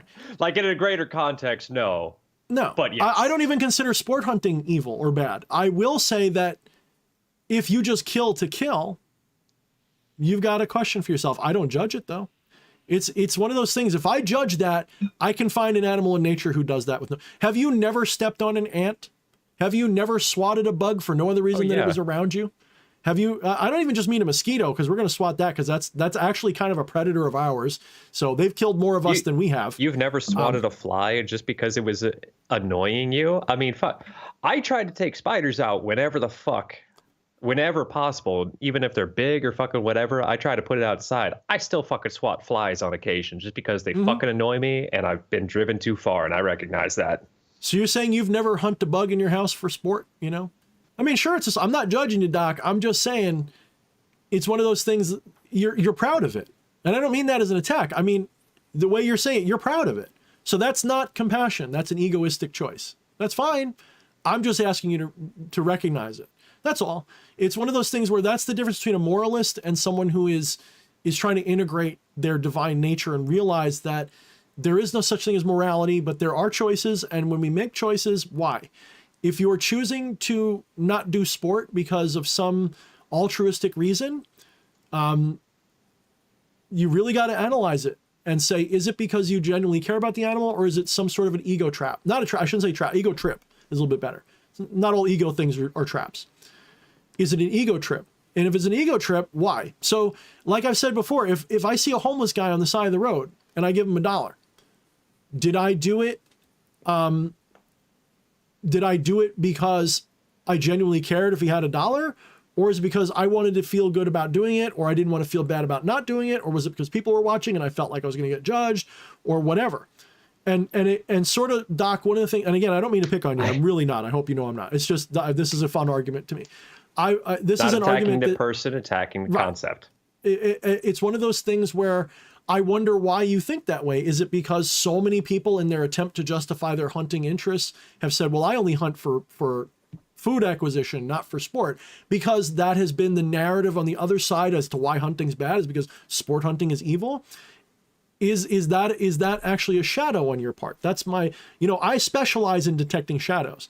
Everyone says it's not a shadow. Like you wrote a book on it. It's like I wrote a book on it. He says I go fishing, so does he go. Yeah, I mean, look, I get it, man. Like I said, I'm not trying to poke. I'm just, this is my job. So I'm glad you don't take offense. I don't think you would. You've been around for a while. Yeah, he's always cool. He seems to know where I'm at. It's never, yeah, it's if it is personal, I'm very clear. I'm like, you're a fucking asshole, get out of here. I don't beat around the bush when I don't like people. Yeah. So I mean, look at in Africa, and people hunt big game and stuff. And there's this whole, I don't want to say the P word, fleshy will vanish. There's this whole political reason and issue that people get all up in arms, and PETA gets mad and all this other stuff, where it's like, oh, how dare you shoot that giraffe? You are a big game hunter. You're a piece of crap, whatever. And then you look at the full story, and the person was asked to go do it by the conservationists for many, many, many reasons.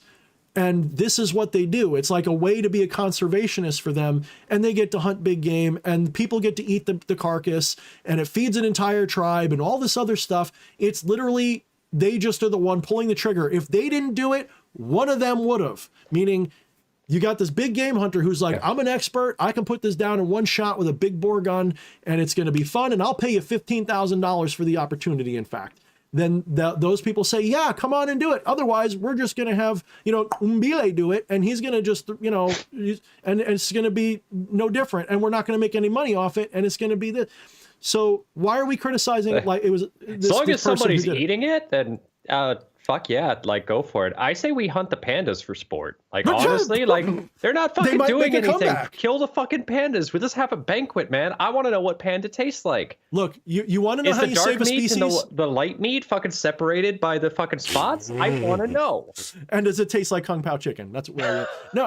But like in brutal honesty, do you want to know how you save any species from extinction? Eat it a couple times and decide it tastes good. That fucker will be saved in a day. We still have bisons, man. We got bison back because somebody said, that's pretty fucking good, actually. Like the chicken, never gonna go extinct, guys. Cows, never gonna, at least not while we're around and eating them. They're never gonna go extinct. It's just not gonna happen. Like, you want to make sure, you want to get pandas to come back? Start eating them. Those fuckers will be, they will force the dick into the panda pussy, and they will make babies. They will make those things. They will artificially inseminate entire freaking herds of the things. All right, PETA hates him. Now. See how he solved extinction with this one simple trick. Just DH with a fork. So he says, panda bamboo roast. Like, prove me wrong. Change my mind. If pandas tasted good, they would not be extinct right now. Absolutely not.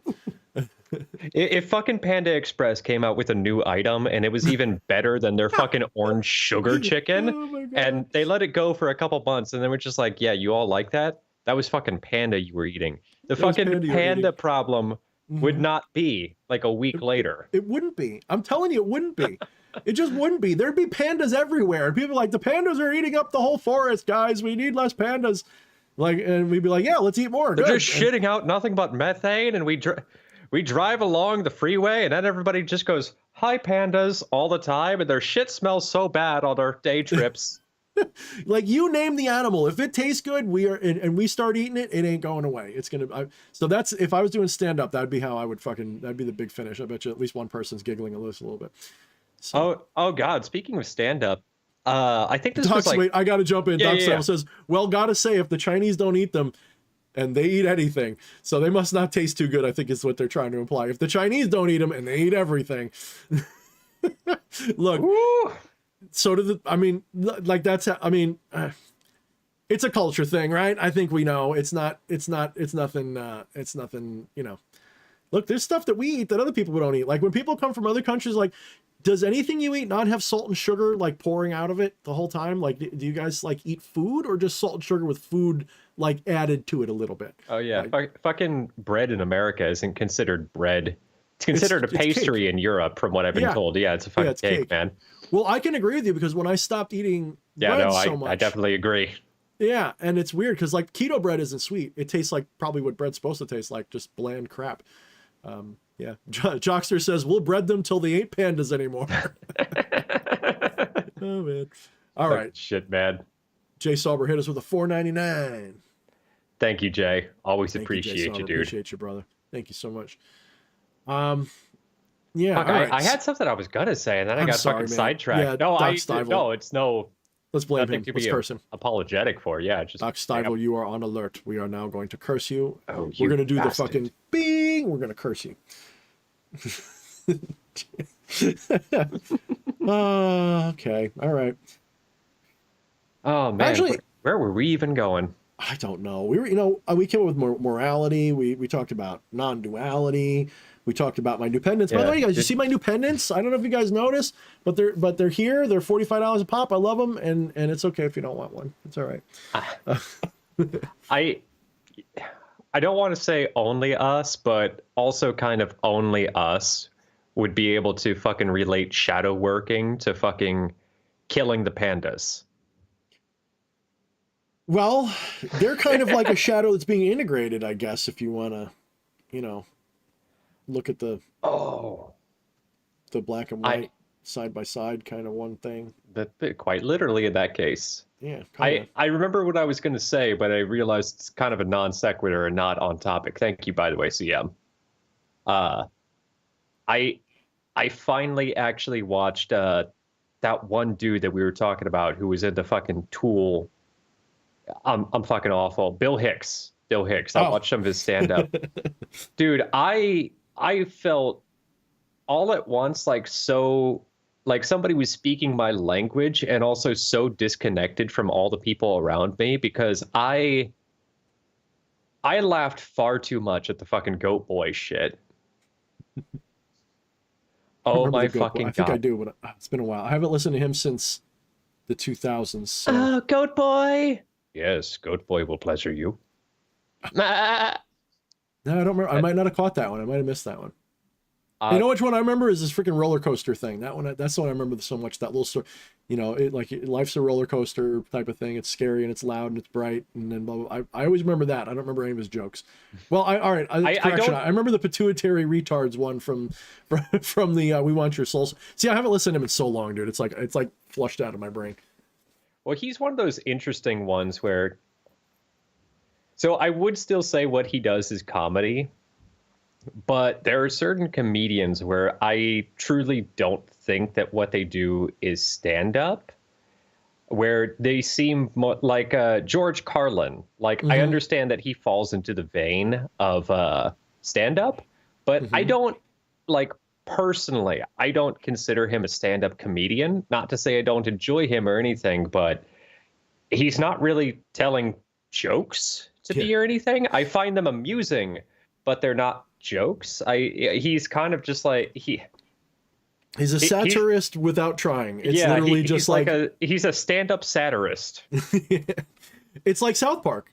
South Park doesn't tell jokes. It's literally like, and I like when, not that I agree with all their shit, but what Trey Parker, what's his name?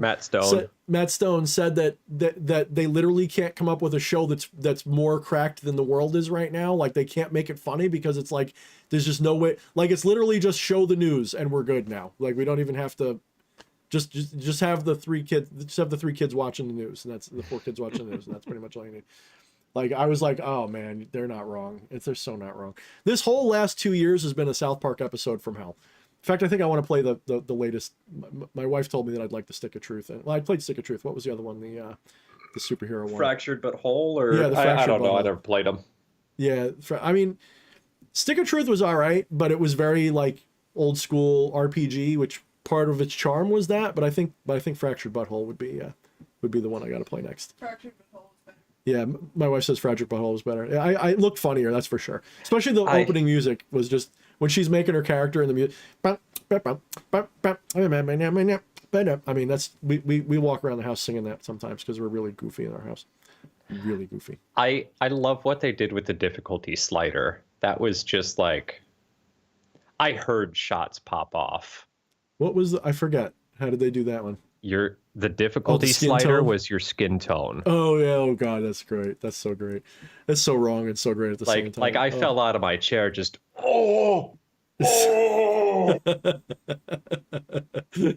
like I couldn't even laugh. It was just so painful. Oh, see, fucking over here playing everything on easy mode. But see, that's my kind of comedy, though. It just is. It's like, I'm not saying I didn't enjoy it. It was funny as fuck. It was. I love that kind of comedy. It's just good. It's just good. Even if I go, okay, it's not really, but no, I get it. That's good shit. That's good. Oh man, that's why I like them. Because if I will say this much, this is why I like them, is that if I'm watching that and I'm getting offended, then I got work to do. Because they make fun of everybody equally. They don't take sides. They're literally making fun of everybody pretty equally. Like sometimes they have to take a side just for a plot reason in a story, but it's pretty obvious that they think we're all fucking crazy. And I think that, you know, I'm not saying you should live your life according to what South Park tells you. Oh yeah, no. But if you're watching South Park and you're offended, there's something wrong with you. You got to figure out what's wrong with you, because you shouldn't be offended by any of that shit. That shit's perfect. That's like George Carlin. Don't be offended. This is literally what's going on. Just enjoy it. Yeah. Oh man. Where are we gonna go with this? This was not a magic night tonight. This was a goofball night tonight. Yeah, I was just thinking of that. Like, wow, we went off on non sequitur upon non sequitur. Well, I mean, I didn't really have a topic. You know, part of it is I'm sort of in the zone writing things, and going to be rebooting my website eventually soon, and coming out with a whole bunch of stuff, I hope. So I'm sort of inspired, and it's coming through, and it's happening. So it's one of those things where it's like I don't want to talk about this because it's all I'm doing all day, and I also don't want to blow my load. I don't want to say too much, because then, you know, what else am I going to have to put out? It's going to be all in videos, and I'll feel like I did it. So I want to make it good and done. And it's almost like I feel like, you know, for like a month or two, I feel like I just want to take a break from all the need to be a magical person online and just be a jackass with Flesh Priest and make funny videos and just do funny shit and talk politics and do goofy shit. And then in a month or two, just be like, by the way, here's this gigantic new thing I'm doing. And like, bang, here it is.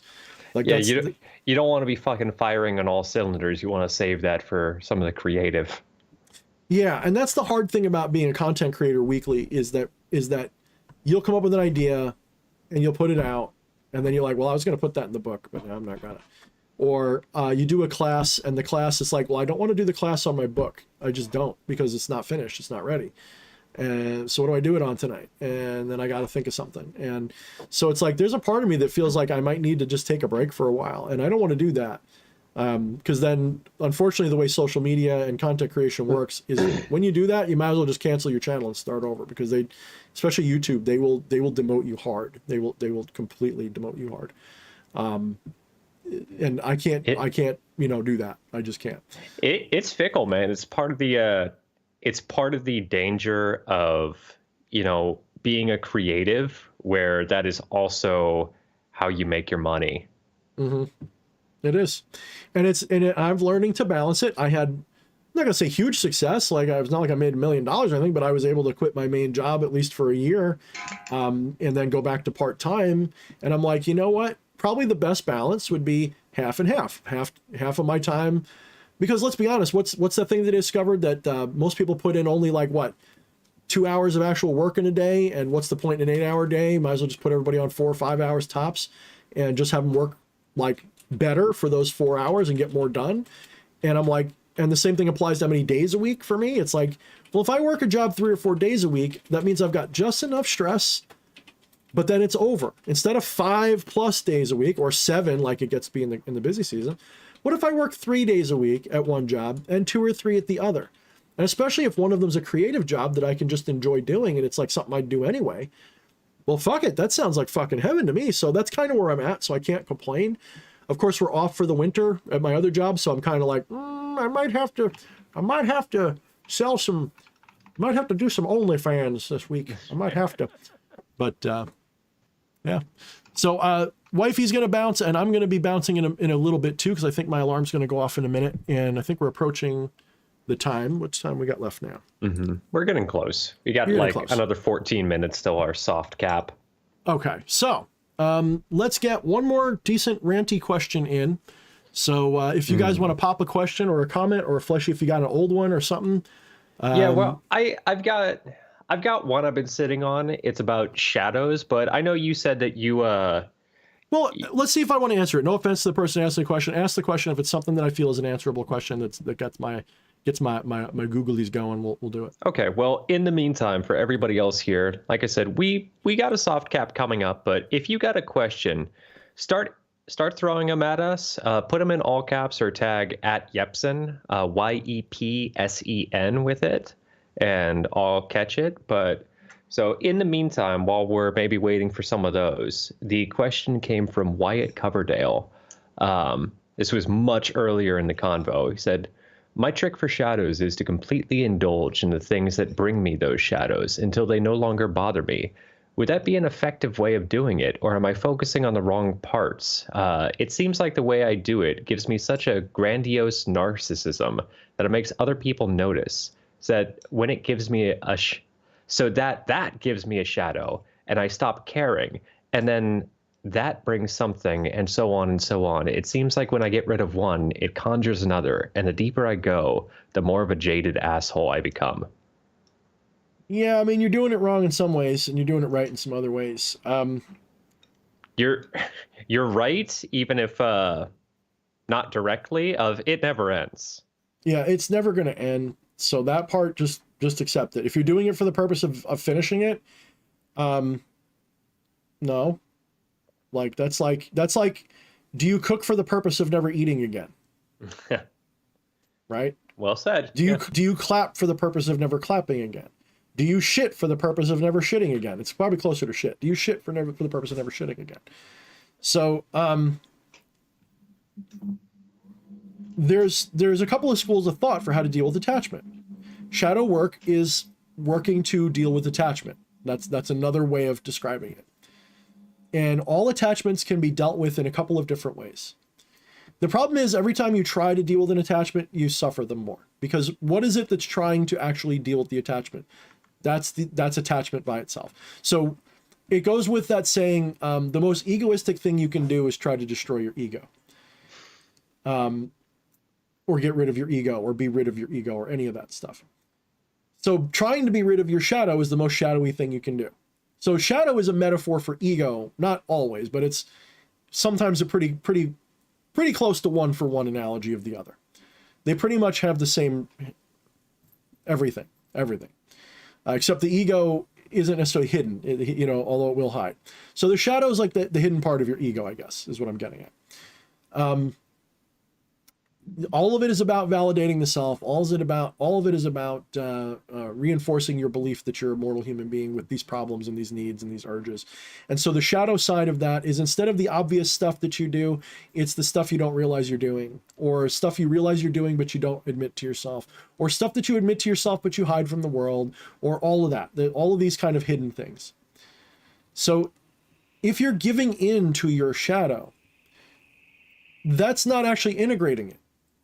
If you're just giving into it, it's exactly no better than denying the shadow. They're literally both wrong. Objectively so. They're both the wrong approach. So I'll give you an example, but not in shadow. There's two schools of thought that usually get compared in our culture for dealing with, well, spirituality. Are you going to be a very hardcore, what's the word for those people that they live in like burlap sacks and shit, like a hermit, but like there's a word for it. They live in like discomfort. They eat gruel, they don't seek pleasure. And then there's the people who seek pleasure. Like there's the two opposite spectrums. So you get those holier than thou people who are like, well, I only wear burlap sacks and I only eat turnips. And for those of you who get the reference, you're in the cool book if you know Blackadder. I only eat turnips and we never have sex and I sit on a pointy stool.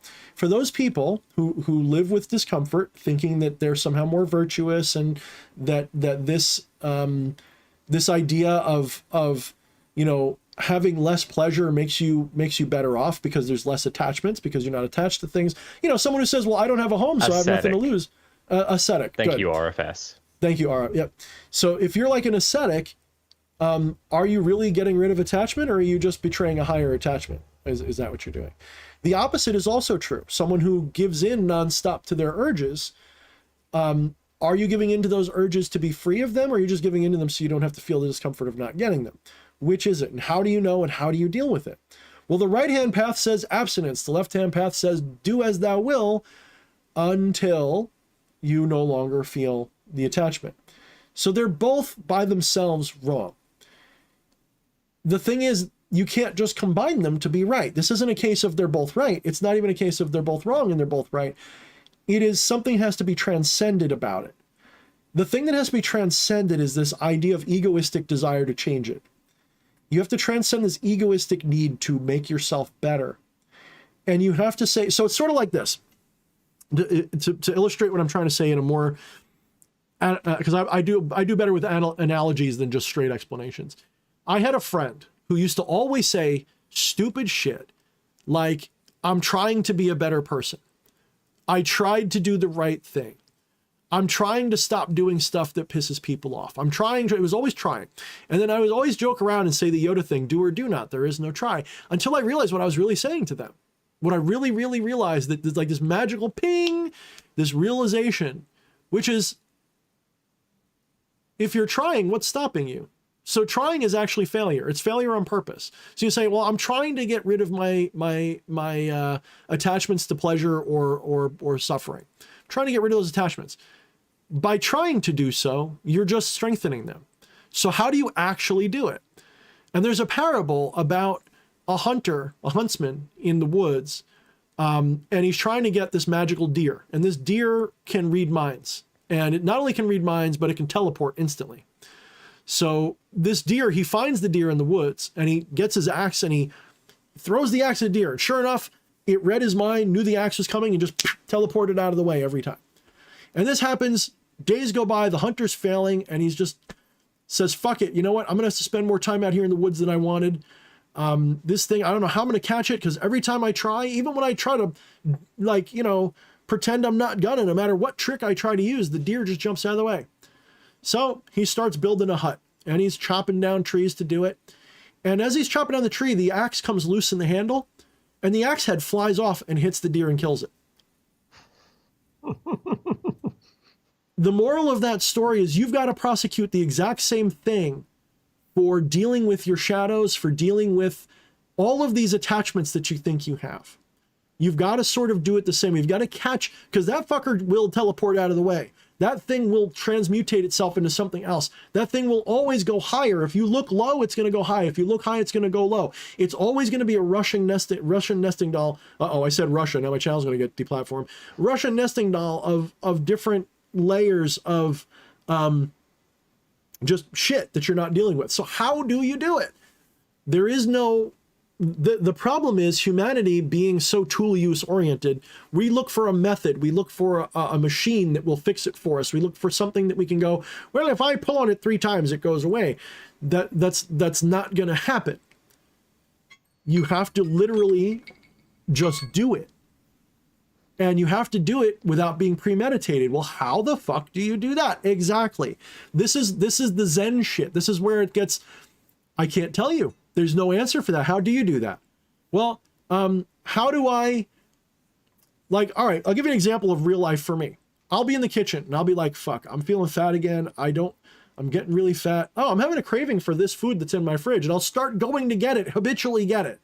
And I go, how do you stop every habit though? How do you stop a habit? The only way I could stop that habit was not to think about it and just put the fucking thing down and not do it. How did I do that? There's no method. You just do it. You just do it. Without thinking it, without going, I'm going to not eat that food today. You just go, I'm just going to follow this impulse, not that one. I'm going to just put it down. But that's not the answer either. That's just how I solved that one particular instance. There is no answer. There is no, you do it this way and your shadow goes away. You do it that way and your attachment goes away. The only way to get those things to be gone is for them to be gone. And that paradox is where your answer is hidden. If you can figure out why that's a paradox, this whole idea that you are a victim of your own self, as if you've got no control over it, implies that you feel like you should have control over it. What does control mean? What has control? This is where we get into the deep end of the mystical shit about time and space and causality and all that shit. But we can sum it up again very simple. Who or what thinks it has control? Well, the part of you that thinks it has control doesn't. It never does. Your little egoistic self says, I'm in control of myself, does not. Do you know why? That is a guaranteed fact? Because the thing that's saying that is just the sports commentator of the show thinking it's the one playing the game. That part of you that says, I'm doing this, I'm going to stop doing that, that's literally, Howard Cosell. But Howard Cosell thinks he's actually playing the game. That's the ego. The ego is the announcer that thinks it's playing the game, takes credit for the whole fucking thing. Well, I did that just now. You didn't do that. You're just a bunch of words in my head, motherfucker. You didn't do shit. You didn't do a damn thing. None of that caused anything. That was a reaction to shit. So your ego is a reaction. Ego is a habitual reaction to what the divine will is doing, and the ego is a response, a reflection of that activity.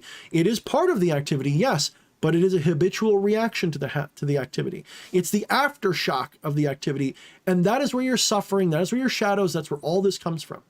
So when you transcend that egoistic bastard, your shadows will actually dissipate. That is to say, when I'm in a very egoistic place, my shadows are large, they're in charge, and man, do I suffer them. When I'm not being egoistic, I have no knowledge of my shadows because it's literally my will in motion. That may sound like, well, what good is it then? You're still in a tool use egoistic perspective when you think that question. You still haven't realized that you got no choice but to do your will. You've got no choice. The part of you that wishes you had more choice or control, that is the ego. And it has no choice or control. But that's not you. It's never been you. You think it's you because it tells you it's you. It says, well, I'm D.H. Thorne. Okay, but that's not who I am. D.H. Thorne's a bunch of words. It's an idea. It's a story. D.H. Thorne doesn't exist as it describes itself. D.H. Thorne is just a collection of bullshit. Same thing with the shadows. Same thing with your attachments. But you know what? Maybe you're not ready for this, guys. Maybe that's maybe you want to hear about how you can pound a drum 13 times and say, Lucifer saved me, and now you're free of your own karma. Sure. Okay. I'm not judging. I'm just being funny because there are people like that. Anna Reagan says, why is Christ not in your life? Why is Christ not in your life? That's my question. This isn't safe for you. Oh, I'm seeing the crosses. What's not safe from? Oh, Anna Reagan. Oh, you're so sweet. You really think you're saving people. So sweet. Yeah. So think it through, guys. Think that through. Really think that through. Where do you think your desire to improve comes from? Why do you want to be free of your ego? If you can answer that question, you'll actually probably really, really figure it out if you really answer that question.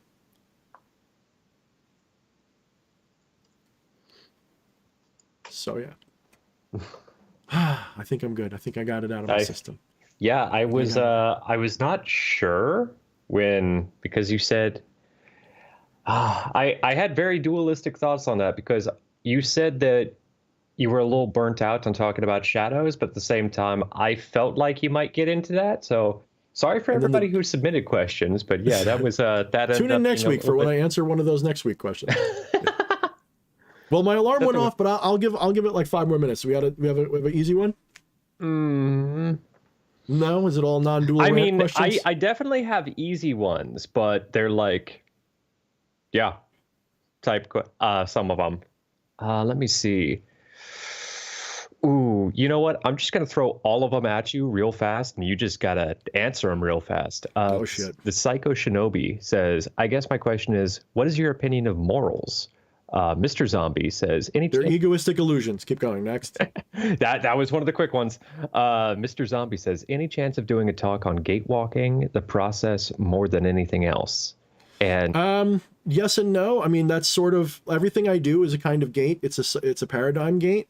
I love the word liminal, like liminal spaces, and you need to learn how to set up liminal spaces in Magic and liminal gates that you need thresholds, and those thresholds are your rituals. And every time you do a ritual, it's a jumping off point to a different paradigm of reality.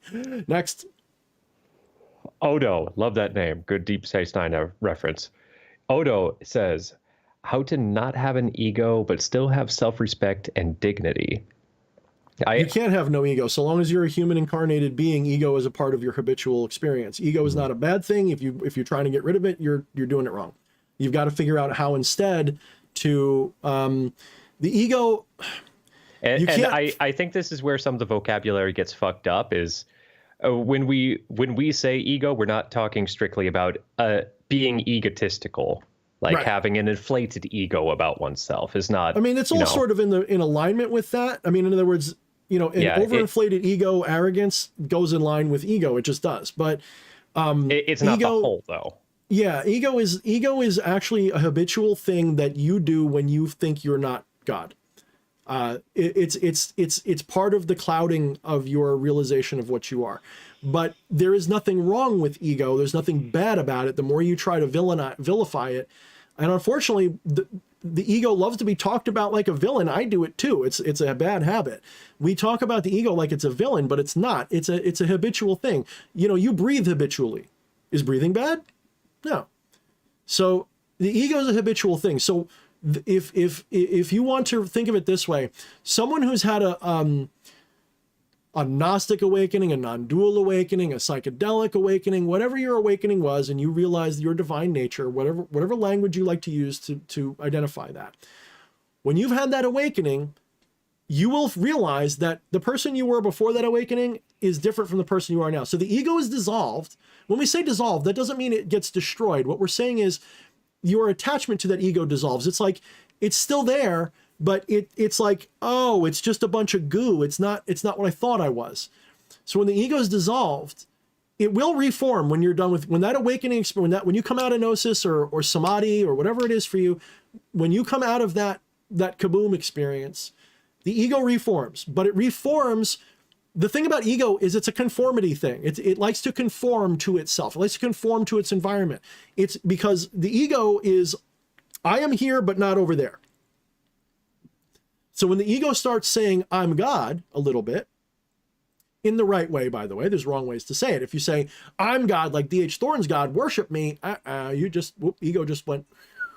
But if you say, I'm God, and so is everything else, then your ego starts to, it can expand, to be clear, but it expands in a transcendent way. It starts saying, I'm not just serving me anymore. I am a mask for some. And it sort of starts to transcend itself. The ego begins to align in its habit with the divine will, and it stops being so adversarial to the divine will. It stops saying, why me? It starts saying, aha, that's why. And that little bit of a shift sort of snowballs over time if you maintain that activity. And ego sort of, it doesn't subside, it just simply, you just transcend it. It just becomes part of the habit of being God. And it's no longer an enemy of yours. It just becomes a part of the soft nougat of the entire cookie. You stop even noticing it. Right. I mean, is it about the chocolate chips or is it about the cookie? And the ego realizes it's a chocolate chip. Well, without the chocolate chip, the cookie's no good. But without the cookie, the chocolate chip is just too much chocolate. So yes. Let's see. RPS says the ego realizes it doesn't have to compete anymore because you realize you're competing with yourself. Yeah, basically. That's a good way to put it. Yeah, basically. All right. What was the next one? Can I answer it quick? Oh, no, that was actually it. I love when I do the rapid fires good. I also want to throw in something. Yes. If you're going to troll, do it with an account that was created before today. Oh, was that the Jeebus one, Anna Reagan? Yeah, it's just, I respect trolling, but put in a little bit more effort. At least do the freaking porn links that everybody does. I mean, You know, I did a video to all y'all Christians the other day. If you're one of those legit Christians, please watch that and leave me alone. Like, I'm not, like, all of this, like, it's just boring. I mean, if you wanted to have an actual conversation that wasn't all about judging and changing me, I'm not trying to change you. Go away. Like, I'm not trying to change you. Like, it's like you're like an addict that's like, here, take a hit off this crack pipe. But I'm like, no. I'm not trying to get you to stop smoking crack. I just want you to do it over there. Just leave me alone. I don't care about your crack. You can inject yourself with every vaccine you want. I see the needles. I just want you to do it over there. Yeah, just go over there. Just go over there. I'm not trying to say stop injecting the weeds. I'm just saying that ain't what I want to do. So, all right. So let's wrap it up. Thanks to everybody for coming tonight. Thank you, Mr. Zombies. Thank you, Hunter. Thanks, RPS. Thank you, Astarte. Thanks for all our super chatters. Thanks, Louis Gory. Thank you, everybody. I don't know. Is there anything else we want to tell them besides buy our crap? Well, buy my crap. Yeah, I'll tell all of you, thank you for being fucking excellent to one another. And yeah. Mind the motherfucking I'd shit. vote for the Wild Stallions at this point. Yeah. What? What does that mean? Wild Stallions. Well, you were just quoting like Wild Stallions will be excellent to each other. Oh, yeah. Yes, I was consciously doing that. Yes. Bill and Ted. Yes. Bill and Ted. Yes. And you just... Yes, I have definitely watched that movie in recent memory. The man quotes George Carlin. He quotes the damn movie. Doesn't even occur to him that... Oh, okay. All right. It's just... This is what I'm saying. It goes back to that whole musical discussion, is that some things just percolate through the fucking collective conscious of our culture. Am I really in tune with what I'm saying, or is this just, the fucking... In your defense, you're from the West Coast, and all of the weird chemicals and things that they throw into the water over there. Yeah, dude, and you're in your 20s, so I forgive you for not being on the same page. Cannabis smoke and fucking hops in the beer over here that it's amazing that I have 2 brain cells that are still working. Yeah. And I've got an extra 20 plus years on you of movie watching to just have all this stuff like just ironed into my brain like one of those iron transfers. Just stuck. Like I'm in a bad arena because like I could reference a lot of shit that you would know. Man, you don't even listen to Ghost Man. Like you don't even listen to Lil Darky. Like not as familiar. I've heard of Ghost Man though. Yeah, Ghost Man's fucking dope. No, well, I mean, we've all got our little squiggle circles, that are different from each other. So, yeah. Look, there's stuff I don't tell you about, man. I think you'd get a kick out of some of the goth stories I could tell you, but I won't because they're mine. So, anyway, guys, that's it for this week's show. We're ending a little bit early. The Christians cursed us with their love, and I see the error of my ways. And I realize now that Lucifer is actually Jesus incarnate, or should I say the other way around? Jesus is actually Lucifer incarnate. Look up the origin of your own religions and see the alternative beliefs that were once there that were actually quite a lot more tolerant and nice than what you believe. Look it up and find out the truth, and then leave me alone. All right, guys, have a wonderful week, and until next week, what do we often say? Fuck your enemies and be nice to their mothers. What do we say? I actually really like that. Yeah. Tell your friends, fuck your enemies, send them here. We'll fuck them for you. Mind the shadows? Mind the shadows. That's what we always say. Good night, everybody. Horns up, motherfuckers.